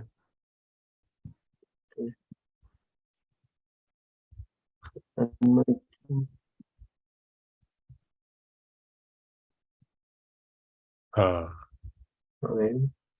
હવે આવે છે. થોડુંક સેન્ટરમાં લાવો ને અને ફોકસ કરાવો ને. હા, કૃષ્ણ છે ઉપર, બરાબર. ઓકે, તો એકચ્યુઅલી આમાં થોડુંક એઝ્યુમ કરવાનું છે કે આખું વ્હાઇટ પેજ જે છે એ આપણે આકાશ છે અને એમાં જે બધું બ્લેક જે દેખાય છે આપણે હવા સમજવાની છે, અને જે બાકી બધા ગોળ જે છે આપણે બધા ગ્રહો છે આપણે. અને રાઈટ હેન્ડ સાઈડમાં જે પ્રમાણે કે આપણે કીધું કે કૃષ્ણ ભગવાન છે, અને વચ્ચે જે ગોળની સાથે થોડું ડોટ ડોટ કરેલા છે એ આપણે સૂર્ય સમજવાનું છે. વાહ, મેં પણ આ જ ઉદાહરણ વિચાર્યું હતું કે આ જ દોરી શકાય એવું છે કે જેવી રીતે વાયુ સમજતા આકાશમાં છે. યસ, તો એના વિશે સમજાવો. તો જે પ્રમાણે ભગવાન આપણે 6થા શ્લોકમાં કીધેલું છે એ પ્રમાણે આકાશ હોય છે, આકાશ બધી જગ્યાએ સર્વત્ર વ્યાપક હોય છે. આપણે જ્યાં જ્યાં જઈએ ત્યાં આપણને લાગે કે આકાશ આપણી સાથે ફોલો કરે છે. તો એવી જ રીતે આકાશની સાથે સાથે એમાં વાયુ પણ હોય છે, જે વાયુ આપણને દેખાતો નથી, અને એ રીતે આપણે બધી જગ્યાએ જેમ કે જ્યાં જઈએ ત્યાં આપણે શ્વાસ લઈ શકીએ છીએ, તો એ વાયુના આધારે લઈ શકીએ છીએ. તો ડેફિનેટલી વાયુ પણ આકાશમાં એવી જ રીતે સ્થિત થયેલો છે, જેવી રીતે આકાશ બધી જગ્યાએ આપણને વ્યાપક દેખાય છે અને બધી જગ્યાએ સ્થિર છે. તો એ રીતે પછી ભગવાન શ્રી કૃષ્ણ પણ કહે છે કે આ સમગ્ર ભૌતિક જગતમાં જે બધા જે બ્રહ્માંડો છે, બધા જે ગ્રહો જે છે, એની અંદર જેટલા જે બધા જે જીવો છે એ એમના દ્વારા જ બધા પ્રગટ થયેલા છે અને એમની અંદર જ સમાયેલા છે. જેવી રીતે આકાશમાં વાયુ હંમેશા સમાયેલો હોય છે, આપણને દેખાતો નથી, એવી રીતે પણ ભગવાન શ્રી કૃષ્ણ આપણને દેખાતા નથી, પણ બધા જેટલા જે જીવો છે એમની અંદર જ સમાયેલા છે અને એમના દ્વારા જ છે બધા જીવો. અને ત્યાર પછી ભગવાન શ્રી કૃષ્ણ જે પ્રમાણે આપણે શ્લોકમાં આપણે વર્ણવેલું છે કે આપણે જાણીએ છીએ કે આખી આપણા જગતમાં આપણે કહીએ ને કે ભગવાનની મરજી વગર એક તણખલું પણ હલતું નથી, આપણે કે બધું ભગવાનની મરજી પ્રમાણે થાય છે. તો એ સંદર્ભમાં આપણે આ જેટલા બી જીવો જે બધા જે છે, આપણે જે કાંઈ પણ કાર્ય અને બધામાં પ્રવૃત્ત થઈએ છીએ, અને જેટલું આપણે મુવમેન્ટ ને હિલચાલ ને બધું જે થાય છે એ આપણે જે વાયુ જે છે, એટલે કે જે વાયુ કન્ટિન્યુઅસલી કેમ મુવમેન્ટ કરતો જ રહેતો હોય, એવી રીતે આપણે પણ બધી મુવમેન્ટ ને બધું કરતા હોઈએ છીએ. પણ એ જો વાયુ ને બધું ન હોય તો ડેફિનેટલી આપણે બધી એ પણ આપણી મુવમેન્ટ પણ અટકી જાય બધી. તો ડેફિનેટલી એ પ્રમાણે ભગવાન શ્રી કૃષ્ણના કહેવા પ્રમાણે ભગવાન શ્રી કૃષ્ણ જ એ બધી વાયુમાં પણ ભગવાન શ્રી કૃષ્ણ પોતે છે, અને એમના થકી જ આપણે જે કાંઈ પણ બધું કરીએ છીએ અને એ બધું થાય છે આપણે. અને એ રીતે માં ત્રિગુણી માયા પણ પોતાનો ભાગ ભજવે છે, અને એવી રીતે આપણે બધામાં કાર્યમાં એમાં પ્રવૃત્ત થઈએ છીએ આપણે, કે જેથી કરીને આપણે સમજીએ છીએ કે ભાઈ બધા કારણોને કારણનું પાછળ આપણે ભગવાન શ્રી કૃષ્ણ પોતે છે, અને એમના થકી જ આપણે જે તણખલું પણ હાલે છે એ એમના શક્તિ વડે આપણે હલાવી શકીએ છીએ. અને ત્યાર પછી ભગવાન શ્રી કૃષ્ણની જે આંખો જે છે એને સૂર્યના પ્રતીક સાથે આપણે વર્ણવેલી છે કે ભગવાન શ્રી કૃષ્ણની એક આંખો સૂર્ય છે, અને બીજી આંખ જે છે આપણે ચંદ્ર છે. અને એના સંદર્ભમાં પણ બાકી ઉપનિષદોમાં પણ આપણે કહેવામાં આવેલું છે. તૈતરીય ઉપનિષદ 2.8.1 છે, બૃહદારણ્યક ઉપનિષદમાં 3.8.9 છે, અને સાથે બ્રહ્મ સંહિતા 5.52 પણ એ પ્રમાણે કહેવામાં આવેલું છે કે ભગવાન શ્રી કૃષ્ણ દ્વારા જ આ બધું સંચાલિત થાય છે, સંકલન થાય છે, એ જેમના ધારણ કરતા પોષણ કરતા છે. અને એમની આંખોને આપણે સૂર્યની સાથે વર્ણવેલું છે આપણે. તો જેમ સૂર્ય આપણને બધાને પ્રકાશિત કરે છે અને આપણને અજવાળું આપે છે, તાપ આપે છે, આપણને રોશની આપે છે, એવી રીતે આપણું જ્ઞાન જે છે એમના થકી આપણે દૂર થાય છે, અજ્ઞાન જે છે આપણે એમના થકી દૂર થાય છે આપણે. આ રીતે બધું વર્ણવવામાં આવેલું છે. યસ, હરે કૃષ્ણ. હરે કૃષ્ણ. બહુ સરસ, ધન્યવાદ પ્રભુ. સો yes, it was explained well. અને યસ, પિક્ચર દોરવું થોડું કઠિન તો હતું જ. ચાલો, આઈ થિંક કલ્પના માતાજી, યસ, હા, અલ્પા માતાજીનું બી હવે પિક્ચર દેખાઈ રહ્યું છે. દેખાઈ રહ્યું છે પ્રભુજી? હા, ઓર લેટ મી ટ્રાય. તમે મને વોટ્સએપ કર્યું હોય તો હા, દેખાય છે, બરાબર છે. હા, તો 9.7 શ્લોક છે મને જે મળ્યું છે, તો એમાં બતાવવામાં આવેલું છે કે આઈ થિંક બટ ઉલટા દેખાય છે ને, મિરર ઇમેજ ની જેમ. થોડું મિરર થઈ ગયું છે, પણ ઇટ્સ ઓલ રાઈટ. એક મિનિટ હું શેર કરું, ચાલો, તમે મોકલાયું છે એ. ના, તો બરાબર દેખાય છે, ઉપર કલ્પ લખેલું છે ને. યસ, બહુ નામ એવું બે વંચાવ ઉપરની સાઈડમાં કલ્પ લખેલું છે, એમાં 2 ડિવિઝન છે, આ બાજુ આરંભ લખેલું છે, અને અહીંયા yes, now it is clear. તો બ્રહ્માજીનો આયુષ્ય જયારે પૂરું થાય છે, એટલે કે કલ્પનો જયારે અંત થાય છે, 430 કરોડ વર્ષ જે બ્રહ્માજીનું આયુષ્ય છે એ જયારે પૂરું થાય છે, ત્યારે આ જે આખો ભૌતિક જગત છે ઇન્ક્લુડિંગ બ્રહ્માજી, તો આ આખું જગત જે છે મહાવિષ્ણુમાં મળી જાય છે. અને પછી કલ્પના અંતમાં, તો અંતમાં જે છે આ ભૌતિક પ્રકૃતિ છે એ બ્રહ્માજીમાં મહાવિષ્ણુમાં મળી જાય છે. અને પછી ફરીથી જયારે આ ભગવાનની ઈચ્છા થાય છે, ફરીથી જયારે મહાવિષ્ણુ આપણે જોયું હતું ગોલોક ચાર્ટમાં કે શ્વાસ લે છે ત્યારે બધા જે બ્રહ્માંડો છે એમના મળી જાય છે, અને જયારે શ્વાસ ઉચ્છ્વાસ કરે છે ત્યારે ફરીથી બધા બ્રહ્માંડો જે છે પ્રકટ થાય છે. તો આવી રીતે જયારે કલ્પનો આરંભ થાય છે ત્યારે જે છે કે આ ભૌતિક જગત જે છે એ ફરીથી પ્રકટ થાય છે, અને ફરીથી જે મહાવિષ્ણુ છે, જે ભગવાન કૃષ્ણ પોતે છે, તો બહુશ્યામ એક શબ્દ જે છાંદોગ્ય ઉપનિષદમાં યુઝ કરેલું છે, તો જેનો અર્થ થાય છે કે જો કે હું એક છું પરંતુ હું અનેક થઈ જાઉં છું, એવી રીતે. તો આ શ્લોકમાંથી આપણે જોઈ શકીએ છીએ કે કેવી રીતે કલ્પના અંતમાં આખો ભૌતિક જગત મળી જાય છે, અને કેવી રીતે કલ્પના પ્રારંભમાં બધું ભગવાનથી જ જે છે પ્રકટ થાય છે. હરે કૃષ્ણ. હરે Krishna. Okay, I think we have seen. હરે કૃષ્ણ. હરે કૃષ્ણ. મને ગાઈડ કરો, મારે બ્લર કેવી રીતના આઈ કેન નોટ ગો. તમારા વિડીયોનું જે સાઇન હશે એની બાજુમાં તમે ક્લિક કરશો તો તમને ત્યાં ઓપ્શન્સ બતાવશે.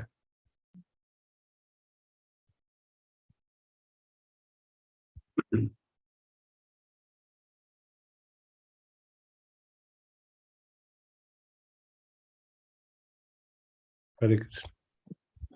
માતાજી મીટિંગ સેટિંગ, અહીંયા મોરમાં જે મીટિંગ સેટિંગ છે ને, મને દેખાય લેપટોપમાં અલગ હશે. ઓકે, લેપટોપમાંથી જોઈન કર્યું છે તમે? હા પ્રભુજી, આ સેટિંગ બધું મારી છોકરી કરી આપે એટલે દેન. હા, વિડીયોમાં જ આવે છે actually, I don't know. Stop video નો ઓપ્શન છે ને એની બાજુમાં એક ડ્રોપ ડાઉન લિસ્ટ હોયેલો છે, સ્ટોપ વિડીયો ની બાજુમાં. આમ દેખાય છે? નથી દેખાતું ને? નહીં દેખાય. એમાં ડ્રોપ ડાઉન લિસ્ટમાં જ છે કે ચૂઝ વર્ચ્યુઅલ બેકગ્રાઉન્ડ, ત્યાં તમને ઓપ્શન મળી જશે. આપણે આ મ્યુટ કરવાનું બટન છે, એની બાજુમાં સ્ટોપ વિડીયો નું બટન છે. મળી ગયું.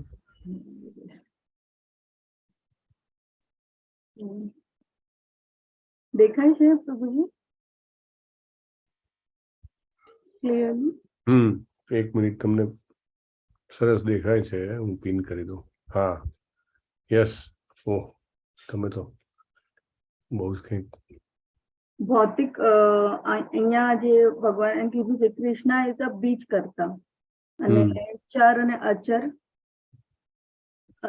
જંગમ અને સ્થાવર મેં બતાવ્યું છે. હરે કૃષ્ણ. અને ભૌતિક પ્રકૃતિ મારી દેખરેખ હેઠળ કાર્ય કરે છે.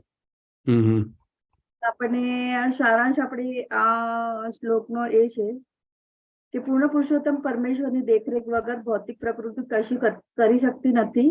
તેમ છતાં ભગવાન સર્વ ભૌતિક કાર્યોથી અલિપ્ત રહે છે, અને અહીંયા જે છે વિભિન્ન યોનિઓમાં સર્વ જીવોનો હું પિતા છું, તો એ દર્શાવવાનું મેં આ ભગવાનના જે બે હાથો છે એવી રીતના ઇટ્સ લાઈક ધેટ અને પ્રકૃતિ બતાવી છે.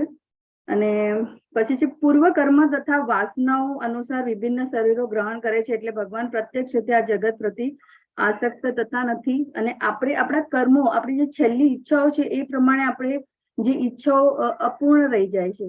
જે દાખલા તરીકે અહીંયા છે કે કોઈને એકદમ પ્રભુપાદે સરસ આપણને એક્ઝામ્પલ પણ આપ્યો હતો કે છેલ્લી જે ઈચ્છા આપણી જે હોય એને એ વિચારો અને જે એમાં આપણે આસક્ત હોય એ આપણી બીજું શરીર નક્કી કરે છે. તો આઈ જસ્ટ શોડ હિયર કે એની ઈચ્છાઓ જે અપૂર્ણ રહી છે, અને ખૂબ is a very good swimmer, તો he wants to be in that mode only. અને પછી એનું બીજું શરીર મળે છે જર્જર તરીકે, that is I should fish. તો ભૌતિક પ્રકૃતિ પર દ્રષ્ટિપાત ભગવાન એમ કરે છે, અને ભગવાનનું કહેવાય કે ચર અચર અને એ રીતે જે ભાવાર્થ છે મારી શક્તિઓમાંની એવી એક આ ભૌતિક પ્રકૃતિ મારી દેખરેખ હેઠળ કાર્ય કરે છે અને સર્વ જળ તથા અચળ જીવોનું ઉત્પન્ન કરે છે. તેના શાસન હેઠળ આ જગત વારંવાર સર્જાય છે અને વિનિષ્ટ થાય છે. પછી અહીંયા ફૂલ દોર્યું છે મેં, ફૂલ અને સુગંધ જેવી રીતના અહીંયા છે એવી રીતના કે જ્યારે કોઈ મનુષ્ય સમક્ષ સુગંધી ફૂલ હોય છે ત્યારે તે મનુષ્યની ઘ્રાણ શક્તિ દ્વારા સુગંધનો સ્પર્શ થાય છે. તેમ છતાં સૂંઘવાની ક્રિયા અને ફૂલ પરસ્પર અલિપ્ત રહે છે. એ જ રીતે ભગવાન પણ ભૌતિક કાર્યોથી અલિપ્ત રહે છે. હરે કૃષ્ણ પ્રભુજી. હરે Krishna. Yes, nice, thank you very much. So actually 4 થી 10 શ્લોકની જે આપણે અત્યારે ચર્ચા કરી એ આ 4 થી 10 શ્લોકમાં ભગવાન શ્રી કૃષ્ણ જે છે એ કેવી રીતે આ ભૌતિક જગતની સાથે સંકળાયેલા છે. એમની જે એવી શક્તિ કે જે અચિંત્ય છે, ઇંગ્લિશમાં પ્રભુપાદને ઇનકન્સીવેબલ લખે છે, અચિંત્ય. એમનો સંબંધ જ અચિંત્ય છે આ ભૌતિક જગત સાથેનો, હે ને. આપણે એને વિચારી ના શકીએ. પ્રભુપાદ દાખલો આપે છે કે ભૌતિક જગતમાં જે કાંઈ પણ કંટ્રોલ કરવું હોય એની અંદર જઈને કંટ્રોલ કરે, રાઈટ. મોસ્ટલી ગાડી ચલાવતા હોય તો ગાડી ચલાવવા વાળો ગાડીમાં બેઠો હોય, સાયકલ ચલાવવાનો સાયકલ ઉપર બેઠો હોય, રાઈટ. કમ્પ્યુટર ઓપરેટ કરવા વાળો કમ્પ્યુટર પર બેઠો હોય. પણ ભગવાનનું એવું નથી. ભગવાન બધાના નિયામક છે, જેને કહેવાય કે સુપ્રીમ કંટ્રોલર પ્રભુપાદ શબ્દ વાપરે છે. અને છતાંય એ એનાથી એકદમ જેને કહેવાય કે એમને કાંઈ એનાથી ટચ નથી થતું, રાઈટ. એ એકદમ અલુફ રહે છે એનાથી, રાઈટ. એટલે નેચરલી બહુ જ ન્યુટ્રલ છે. આ જગતમાં ઘણું બધું એવું ચાલતું હોય કે જે આપણને અફેક્ટ કરતું હોય, આપણને લાગે કે આ મારી ફેવરમાં છે, આ મારી ફેવરમાં નથી, રાઈટ. દાખલા તરીકે ગાડી ચલાવતો હોય તો ગાડી ચલાવવા વાળાને એવું લાગે કે દાખલા તરીકે કે બમ્પ આવ્યો તો કે આ મારી સ્પીડને રોકે છે, રાઈટ. અને અથવા તો સમજો કે સડનલી ઢાળ આવી ગયો તો આખી ગાડી જે છે એકદમ સ્પીડમાં જવા મળે તો ક્યારેક એવું લાગે કે મારો કંટ્રોલ નથી, ક્યારેક એમ લાગે કે બિયોન્ડ મીન્સ કે મારી જે ઇનપુટ છે એના કરતાં આઉટપુટ વધારે આવી રહ્યું છે, રાઈટ. પણ ભગવાન કેવા છે? ભગવાન એકદમ ન્યુટ્રલ છે. આખું જગત ચલાવે છે છતાંય એમને ક્યારે એવું નથી લાગતું કે એ એનાથી ટચ થયા છે. એ એકદમ સ્વતંત્ર છે એનાથી, ડિટેચ જેને કહેવાય ને કે એનાથી વિરક્ત છે. ગુજરાતીમાં શબ્દ વિરક્ત. એટલે આટલું બધું તમે કંઈ પણ કરતા હો તો આપણું તો ઓનરશિપ આવી જાય ને કે હું આટલા બધા પૈસા કમાઉં છું, હું આટલું બધું મહેનત કરું છું, હું આટલા બધા સંબંધો સાચવું છું, તો આપણી ઓનરશિપ આવી જાય. એમાં ઓનરશિપ આવી જાય એટલે આપણે એમાંથી કંઈક ને કંઈક એક્સપેક્ટેશન કરતા થઈ જઈએ. પણ કૃષ્ણજી જે છે એમની ઓનરશિપ નથી આવતી, એને એમની આ એકદમ જેને કહેવાય કે જાદુઈ એમનું ઐશ્વર્ય છે આ રહ્યું, એકદમ જાદુઈ. આપણે એને એનું ચિંતન ના કરી શકીએ, એને સમજી ના શકીએ કે કેવી રીતે આ ભૌતિક જગત સાથે સંકળાયેલા છે. એટલે 4થા શ્લોકમાં એમના માટે જે શબ્દ વાપર્યો એનું નામ આપ્યું અવ્યક્ત મૂર્તિના. અવ્યક્ત મૂર્તિના બહુ જ સરસ શબ્દ છે. એટલે કે એમની જે શક્તિ જે છે એ કેવી છે કે અવ્યક્ત છે. ભગવાન બધે જ હાજર છે. આમ તો એવું કે હરેક સ્થળ પર ભગવાન મોજૂદ છે, દરેક સમયે મોજૂદ છે. અરે પણ બધા સમયે બધી જગ્યાએ મોજૂદ હોય તો અત્યારે મારી સામે પણ મોજૂદ છે, right. Right now in front of me, પણ છતાંય નથી દેખાતા. એટલે અવ્યક્ત મૂર્તિના એટલે અચિંત્ય થઈ ગયું ને. આમ બધે જ હાજર છે, હંમેશા હાજર છે ને છતાંય ના દેખાય એટલે અચિંત્ય થઈ ગયું. ભગવાન બીજો એક શબ્દ ઉપયોગ કરે છે, માયા તતમ ઇદમ. મહત્વનો છે કે ભગવાન જે છે એ એમના આધારે બધું ટકાઈ રાખે છે. લાઈક ગ્રહો છે કે જે કંઈ પણ છે એમના આધારે ટકી રહ્યું છે.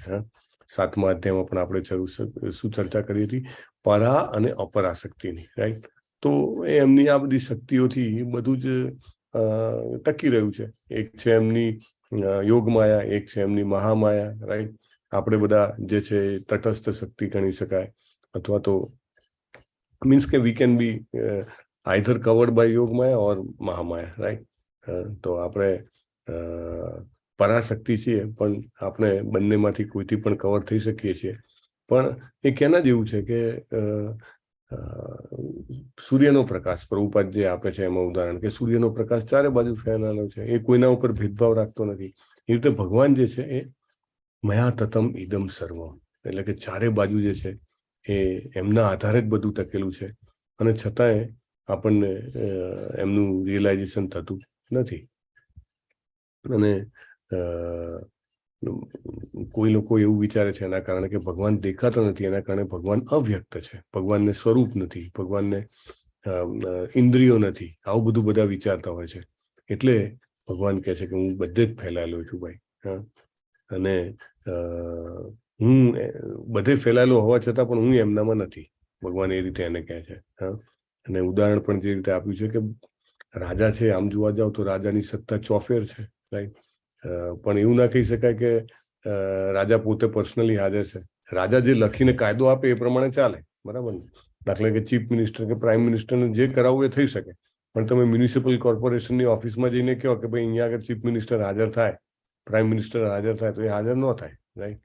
તો બધું જ એમના પાવરથી ચાલે, પણ છતાં એ બધે હોય નહીં. આપણે એમને એક્સપેક્ટ ના કરી શકીએ દરેક જગ્યાએ. ભગવાનની શક્તિથી બધું ચાલે છે, પણ જ્યાં સુધી આપણી આ ભૌતિક દ્રષ્ટિ છે ત્યાં સુધી આપણે એમને એવું એક્સપેક્ટ ના કરી શકીએ કે ભગવાન અહીંયા હોય તો તુરંત મને દેખાય, રાઈટ. બહુ જ મહત્વનો આ મુદ્દો છે. લોકો દાખલા તરીકે શિવજીની આરાધના કરે, તો શિવજીની આરાધના કરવાથી બીજી કોઈ ઈચ્છા હોય તો પૂરી થઈ જાય, બરાબર. પણ કોઈને મુક્તિ જોઈતી હોય તો મુક્તિ પ્રદાતા કેવલ વિષ્ણુ, રાઈટ. એટલે એના માટે તો બીજો કોઈ રસ્તો છે નહીં. મત સ્થાની સર્વભૂતાની ન ચાહમ તેવ અવસ્થિત, ભગવાન કહે છે, રાઈટ. તો ભગવાન કહે છે કે બધું જ મારા ઉપર ટકેલું છે અને બધું જ મારી શક્તિ છે, પણ છતાં એ બધે છે નહીં. અને એટલા માટે અમુક વસ્તુઓ ભગવાને પોતાની પાસે રિઝર્વ રાખેલી છે, રાઈટ. કે મુક્તિ પ્રદાતા કેવલ Vishnu, nobody else can give that. ભલે એ દેખાતા નથી, પણ એમના સિવાય બીજા કોઈની પાસે શક્તિ છે નહીં કે આ જન્મ મૃત્યુના ચક્કરમાંથી આપણને મુક્ત કરી શકે. કોઈ પણ દેવી દેવતા પાસે નથી. 5મા શ્લોકમાં જે છે એ ભગવાન કહે છે કે મારા કારણે આખું વિશ્વ છે એ ફેલાયેલું છે. અને આપણે એમાં એ પણ સમજવાનું છે, પ્રભુપાદ કહે છે કે એમની અને એમની શક્તિ વચ્ચે અથવા તો એમની અને એમના મન વચ્ચે કોઈ ફેર નથી, રાઈટ. એટલે આ બધું જે કંઈ પણ પકડાઈ રહ્યું છે, જે કંઈ પણ ઉત્પન્ન થાય છે, જે કંઈ પણ નાશ પામે છે, એમાં માત્ર ને માત્ર એમની એકમાત્ર એક સંકલ્પ શક્તિથી બધું થઈ રહ્યું છે. With a small determination of Krishna everything happens. જે રીતે કેતન પ્રભુએ સમજાવ્યું, વાયુ અને આકાશનો દાખલો છે, એવી રીતે બધું જ જે છે બધી જ જગ્યાએ ભગવાન જેને કહેવાય કે પ્રસરેલા છે. અને એક સરસ દાખલો પ્રભુપાદ આપે છે, ઘાસનું તણખલું હલતું નથી શ્રી કૃષ્ણની ઈચ્છા વગર. લોકો એવું કે બધું બાય ચાન્સ હેપન થાય છે, બાય ચાન્સ મને તમે મળી ગયા, બાય ચાન્સ અહીંયા આટલો વરસાદ પડ્યો, અહીંયા 12 ઇંચ પડ્યો અને બીજી જગ્યાએ 2 ઇંચ પણ નથી પડ્યો, બાય ચાન્સ અહીંયા આગળ આવતું છે. Nothing is by chance. Prabhupada કહે છે એમના લેક્ચરમાં, we have to be very clear as we progress in spiritual life. જેમ જેમ આપણી ભક્તિમય સેવામાં આપણી દ્રઢતા અને વિશ્વાસ વધતો જાય, એમ આપણા રિયલાઇઝેશન્સમાં આ પણ વધતું જાય કે આ વસ્તુ તો કે ના, એમ નથી થયું. પવન પણ ફૂંકાય છે. દાખલા તરીકે ઘરમાં આપણે પેલો ફેન છે, 1 ઉપર રાખીએ, 2 ઉપર રાખીએ, 3 ઉપર રાખીએ, 4 ઉપર રાખીએ, ખબર પડે છે ને. હવે સાવ નાનું બાળક હોય, સમજો કે ભાંખોડીએ ભરતું હોય કે કંઈ પણ, તો એને ખબર પડે કે અચાનક વધારે પવન કેમ આવવા મળે. એને તો એમ લાગે કે આ અચાનક જ બધું થાય છે, બાય ચાન્સ થાય છે, રાઈટ. એવી રીતે તો મોટાભાગના વિશ્વના લોકો કે જેનામાં શ્રદ્ધાનો છાંટો પણ નથી હોતો, એને એવું લાગે છે કે બધું જ બાય ચાન્સ એની મેળે બની રહ્યું છે. પણ કશી જ વસ્તુ, પવન પણ જે ફૂંકાઈ રહ્યો છે, એવરીથિંગ ઇઝ કાઉન્ટેડ કે આટલા મીટર પર અવરની સ્પીડથી ફૂંકાવાનો છે, રાઈટ. એટલે અને આટલું બધું કંટ્રોલ, માઇન્યુટ લેવલનું કંટ્રોલ હોવા છતાં, માઇન્યુટ લેવલનું કંટ્રોલ કે નહીં, દરેક જીવનું, દરેક મનુષ્યનું મોં અલગ, માઇન્યુટ લેવલનો કંટ્રોલ થયો કે નહીં, રાઈટ. અને આટલું બધું હોવા છતાં પણ એ એનાથી વિરક્ત છે. કેટલું જબરજસ્ત છે. It is very very amazing point. અને આવું આપણે વિચારી ના શકીએ, કારણ કે આપણે એનાથી એવા ઈશ્વર્યથી આપણે જ્ઞાત નથી. It is something out of the box.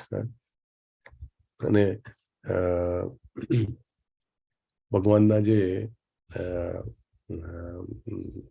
ઉપસ્થિતિ છે એ સાક્ષી તરીકેની બધે જ છે, એ પણ આગળ આવશે, રાઈટ. એવું નથી કે એ બિલકુલ અંદર ઇન્વોલ્વ નથી થતા. જે લોકો ભગવાનને નથી વિચારતા, પ્રભુપાદ કહે છે, એના માટે ભગવાન ઇન્વોલ્વ નથી થતા, પણ ભગવાન હંમેશા કેમ હૃદયમાં વસેલા છે, એનો પર્પઝ શું છે? તો મેઇન પર્પઝ પ્રભુપાદ કહે છે એમના લેક્ચરમાં, ધ મેઇન પર્પઝ એટલે શું છે? Is a silent waiter, is waiting waiting waiting waiting. અને જો કોઈ જીવ ક્યારેક એના 84 લાખ જન્મોમાંથી ક્યારેક એકવાર એ વિચારી લે, અથવા તો એને એમ થઈ જાય કે હું કોણ છું, ભગવાન કોણ છે, અને મારો ભગવાનનો શું સંબંધ છે, અથવા તો ભગવાનનું નામ લઈ લે, ભગવાન તુરંત જ પરમાનન્ટલી વેઇટિંગ. રોજ જે આવીને વેઇટ કરે, રાઈટ? એવી રીતે આપણે નાના હતા ત્યારે પેલી એક કાબુલી ચણાવાળાનું એક સરસ વાર્તા આવતી હતી ભણવામાં, તમને બધાને યાદ હશે. તો રોજ જે પોસ્ટ ઓફિસ જાય, એવરી ડે. કેમ? તો કે એની પુત્રીનો કાગળ આવશે, જે પરણીને જતી રહેલી એકમાત્ર પુત્રી. રોજ જાય ને પાછો આવે, અને જે દિવસે કાગળ આવે છે ત્યારે he was not there, right? પણ ભગવાનનું કેવું છે? ભગવાન 24/7, અને જેટલા બી જીવ છે એટલા, એવું નહીં કે માત્ર સિલેક્ટેડ જીવો, બધામાં પરમેનન્ટલી પ્રભુપાદ કહે છે is just waiting for that moment, eternally waiting for that moment કે we talk about him, we think about him, we contemplate about him, or we try to serve him. ખાલી ઈચ્છા કરવાની, આપણને ઈચ્છા થાય ને એના માટે રાહ જોતો હોય છે. બાકી બધી સરળતાઓ કરી દે. દાખલા તરીકે ઘેર બેઠા આપણે ભગવદ્ ગીતાના કોર્સ કરી રહ્યા છીએ, રાઈટ? દેટ ઇઝ એક ઈચ્છા આપણે ક્યારેક કરી હોય, અને ભગવાન એને એકદમ સરળ બનાવી દે એમના ભક્તો દ્વારા, ઇઝ ગ્રેસ નામા નિષ્ઠા પ્રભુ દ્વારા. So it becomes that much easy for him. છતાં એ ઇન્વોલ્વ તો રહેવાના જ નથી. જ્યાં સુધી વ્યક્તિ એવું નહીં વિચારે કે મારે ભગવાનની સેવા કરવી છે, ભક્તિ કરવી છે, ત્યાં સુધી he will not involve in his life, but he will wait, passionately wait, right? બહુ સરસ દાખલો હાઈકોર્ટના જજનો આપ્યો છે, જે જિજ્ઞેશ પ્રભુએ ડ્રો કર્યો હતો. સરસ ફાંસીને લટકાવેલું માથડો બનાવ્યો હતો, વેરી નાઇસ. તો એમાં એવું કહે છે કે ભાઈ એમને કંઈ પડી નથી. શું કામ પડી હોય? તમે જુઓ, પૃથ્વીના માલિક, આખા ત્રણેય લોકના માલિકને શું પડી હોય કે કોઈ જીવ શું કરે? હવે કોઈને અધોગતિ કરવી હોય તો શું કરે? ભગવાન he can not do anything, બરાબર? પણ હી ઇમિડિયેટલી નોટિસિસ કે ભાઈ આને ટ્રાય કર્યું, તો પછી તુરંત જ ભગવાન જે છે એમાં ઇન્વોલ્વ થાય છે. ત્યાં સુધી ઇન્વોલ્વ થતા નથી. બાકી બધું જ જેવી રીતે એવું કીધું કે રાજા જે છે એ આમ જોવા જાવ તો કરતા છે. એ ચાહે તો કોઈ પણ મંત્રીને ઉઠાવીને ગમે ત્યાં નાખી દે, રાઈટ? કે ભાઈ આજથી તમારે પોલીસ ખાતું નથી જોવાનું, આજથી તમારે નાણાં ખાતું જોવાનું છે. તો ઓવરનાઇટ રોલ ચેન્જ થઈ ગયો કે નહીં, રાઈટ? એટલે ભગવાન જે છે એ જે ધારે કરી શકે છે. અને અહીંયા આગળ દાખલો આપ્યો છે, તમે ડ્રો પણ કરી શક્યા હોય કે રમાદેવી ઉપર ભગવાન દ્રષ્ટિપાત કરે છે, અને દેન જે રમાદેવી છે એ ભૌતિક જગતને ઉત્પન્ન કરે છે, રાઈટ? સો આ રીતે અલગ અલગ દાખલા પ્રભુપાદ આપે છે. દાખલા તરીકે બીજું પણ એક દાખલો આપ્યો છે કે ફૂલ જે છે એની સુગંધ, તો ફૂલની સુગંધ કેવી રીતે ફેલાય છે, રાઈટ? બાય એના કારણે. તો આ બધા દાખલાથી 4 થી 10 સુધીના શ્લોકમાં આપણને સૌથી મહત્વનું જાણવા મળે છે કે ભગવાન કેવી રીતે કનેક્ટેડ છે. અને આ જાણવાનો ફાયદો શું છે? તો આ જાણવાનો ફાયદો એવું છે કે જેવું જેવું મનન કરતા જઈએ તેમ તેમ આપણને આપણા રૂટીન લાઈફમાં, કારણ કે આપણી લાઈફ તો બહુ બીબાઢાળ છે ને, સવારે ઉઠવાનું ને તમે કામ પર જાઓ ને પૈસા કમાઓ ને તમે વાતચીત કરો ને તમે ખાઓ ને પીઓ ને સુઈ જાઓ ને, તો એ બીબાઢાળ લાઈફમાં આપણને ભગવાનને ઉપસ્થિતિનો અનુભવ થાય. So this is very very very very important. આ 4 થી 10 શ્લોકને આત્મસાત કરવાથી આપણે ભગવાનની ઉપસ્થિતિને અનુભવ કરવા માટે શક્તિમાન બની જઈએ, અને that will help us to progress spiritually, right? So let us see Srila Prabhupada ki jai. Yes, last point we will take for today. Okay.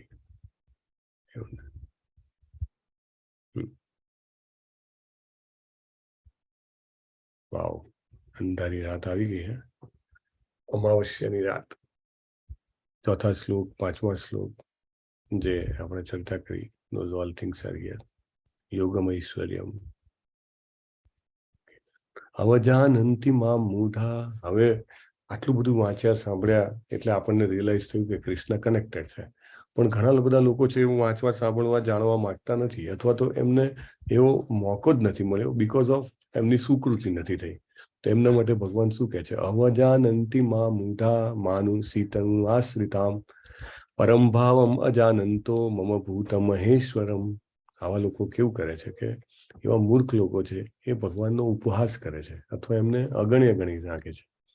એમને એવું લાગે છે ભગવાન જેવી કોઈ વસ્તુ નથી. આ કૃષ્ણ જે છે એ આવ્યા હતા તો મનુષ્ય શરીરમાં આવ્યા છે, અને ભગવાનનું જે દિવ્ય પ્રકૃતિ છે ભગવાનની, એને એ લોકો ન જાણીને હંમેશા એમનો ઉપહાસ કરતા રહે છે. ઘણા બધા લોકો છે એવા, અને ઇવન ઘણી વાર એવું બને કે આપણા નિયર વંશ અને ડિયર વંશ પણ એવું માનતા હોય. આગલા અધ્યાયના પણ જે અનુવાદ હતા એમાં પણ એ બહુ ક્લિયર છે કે ભગવાન જે છે એવું લાગે કે મનુષ્ય શરીર લઈને આવ્યા છે, પણ એ સામાન્ય વ્યક્તિ નથી. જે કામ કૃષ્ણજીએ કર્યા છે એ કામ સામાન્ય વ્યક્તિ તો કરી શકે જ નહીં.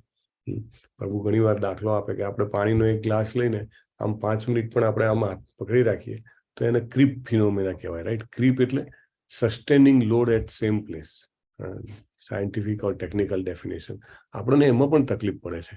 તો 7 દિવસ 7 રાત સુધી ગોવર્ધન જેવો પર્વત ઉપાડી રાખવો, was it possible? It was inhuman task, right? Inhuman, શક્ય જ નહોતું. ભગવાને એવા ઘણા બધા કાર્યો કર્યા છે કે વિચ વોઝ ઇનહ્યુમન. તો છતાંય જો આપણે એમની દિવ્યતાને ન સ્વીકારીએ તો આપણે મૂર્ખ છીએ.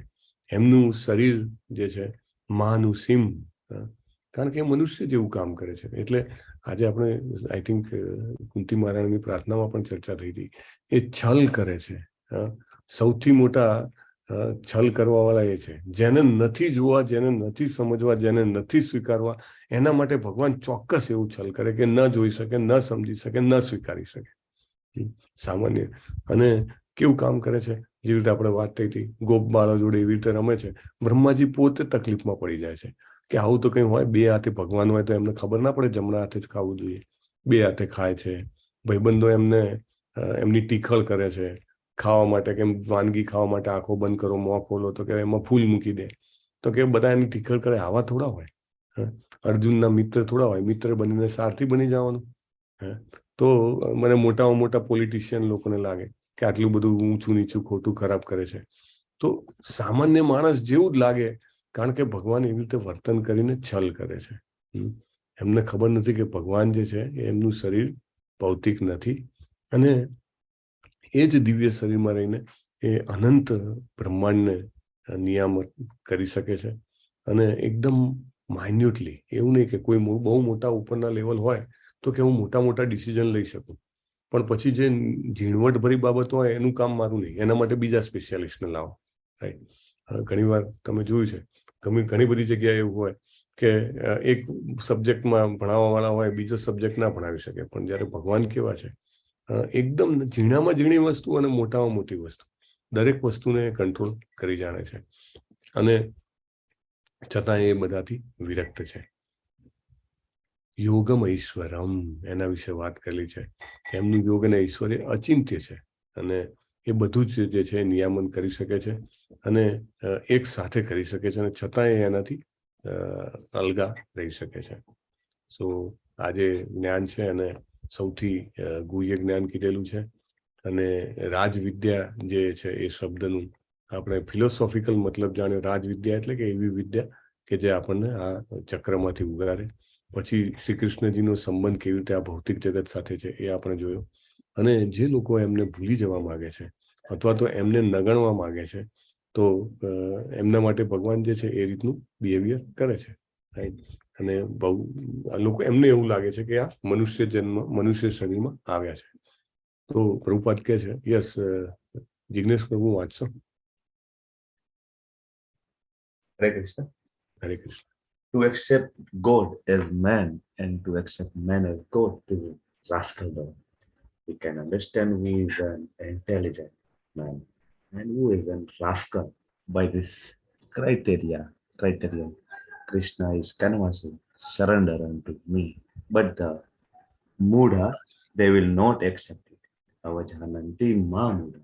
Oh, why shall I accept Krishna? I have got my own God. I manufacture my God. So we have got very shortcut criteria to understand a rascal and intelligent man. It is that if he is a devotee of Krishna, then he is intelligent man. If he is not, then he is rascal. That's all. Bhagavad Gita, 9.11, Calcutta, June 30, 1970. rascal શબ્દ વાપરે છે Prabhupada. Yes, તમે ગુજરાતી કરો Prabhu. Yes yes. To accept God as man એટલે ભગવાનને માણસ તરીકે સ્વીકારી લેવા અને માણસને કોઈને ભગવાન બનાવી દેવો. તો આ તો એક રાસ્કલપણું છે. અહીંયા રાસ્કલ કે છે. We can understand who is.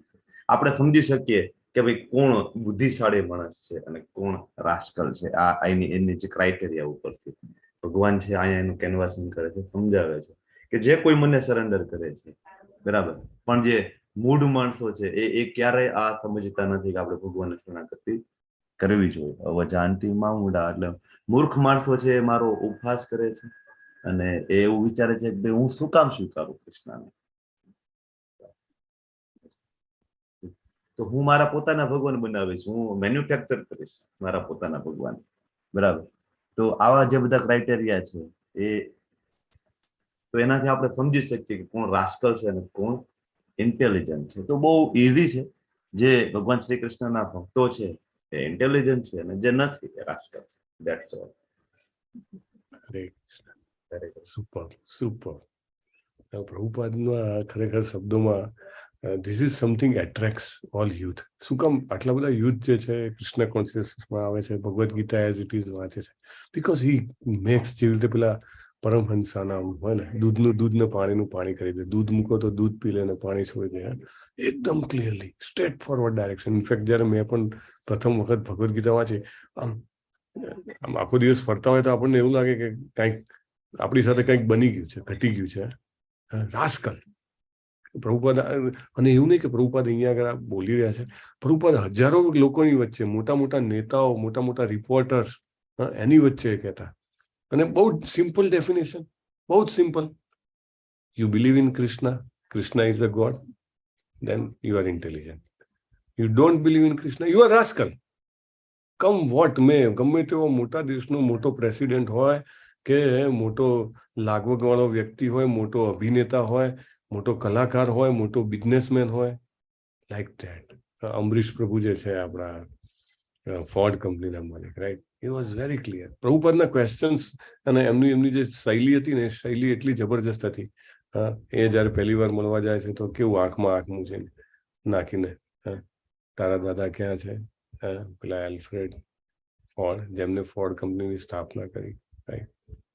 ઠાક, સીધું તીર હૃદયની આરપાર ગયા. આયા આખું ભમેલું અને વાંચીને આવ્યા ભગવદ્ ગીતા. સીધું જ પ્રભુપાદને કે બીજો કોઈ બિઝનેસ નહીં, સંન્યાસ આપો, લાવો, તાત્કાલિક સંન્યાસ આપો. ખાલી એટલું જ પૂછ્યું છે કે ક્યાં છે, અત્યારે ક્યાં છે. That's all. અને લેક્ચર્સ તમે સાંભળો તો લેક્ચર્સમાં તો પ્રભુપાદ બહુ વોસિફેરસલી કહે છે. પ્રભુપાદને છે ને, જુઓ, સમય ઓછો હતો, 70 પાસ થઈ ગયા હતા, રાઈટ. એટલે he has to be rough. આપણને લાગે કે આ લેંગ્વેજ કેવી રીતે બધા સ્વીકારે. દાખલા તરીકે કોઈ નવો વ્યક્તિ આવે તો કેવી રીતે સ્વીકારી શકે. પણ who has to achieve very big thing in a short time, he has to as crystal clear as possible, right. He has to be rough. That roughness is something which brings clarity, right? એ બહુ જરૂરી છે. એટલે આ definition તો આપણે અંદર એકદમ ઘર કરી જવી જોઈએ કે કૃષ્ણ કોન્શિયસ છે, કૃષ્ણ ભાવનામૃતમાં છે, ઇન્ટેલિજન્ટ છે. નથી પછી સામે ગમે તેટલો મહાન વ્યક્તિ હોય, મોટો વૈજ્ઞાનિક હોય, કોઈ પણ હોય, અંદરથી સમજવાનું છે. જુઓ, બહારથી તો you can't, you have to keep relation, right. આપણે સંસારમાં રહ્યા છીએ, મે બી 32 દાંત વચ્ચે જીભ રહી હોય એવી રીતે, પણ અન્ડરસ્ટેન્ડ બધાને કરવાના છે. વિભીષણજી રહેતા હતા લંકામાં, બધાને સમજતા હતા કોણ શું છે, રાઈટ. બહુ તકલીફ પડે પણ ખબર હોય. એનો મોટા ભાગના આપણને એવા મળે, અનટિલ અનલેસ કે આપણે પ્રયત્ન કરતા રહીએ ને આપણે ઘણા બધા લોકોને કૃષ્ણ ભાવનામૃતમાં લાવી શકીએ આપણી આજુબાજુ, રાઈટ. અધરવાઇઝ લોકો એમ ટોળા બનાવવા માટે ભેગા થઈ જાય, પણ they will not by heart accept કે Krishna is the supreme personality of Godhead. અને till then is a rascal. અને association of rascal, Prabhupada says, it should be avoided. Right. We must avoid association, કારણ કે એનામાં faith નથી. પણ છતાંય ભક્તો રિસ્ક લે છે. પ્રભુપાદ કહે છે, પ્રભુપાદ રિસ્ક લઈને અમેરિકા ગયા, રાઈટ.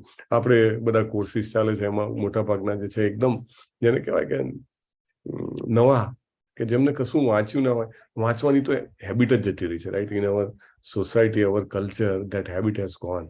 શાસ્ત્ર એટલે તો શાસ્ત્રો પ્રત્યેનું સન્માન જતું રહ્યું છે.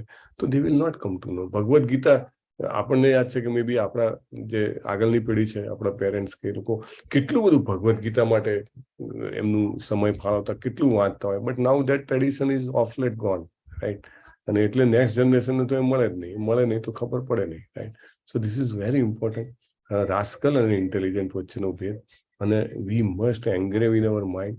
અને સો દેટ પેલી જે 3 પ્રકારના ભક્ત આવે છે ને, કનિષ્ઠ ભક્ત, મધ્યમ ભક્ત અને ઉચ્ચ ભક્ત.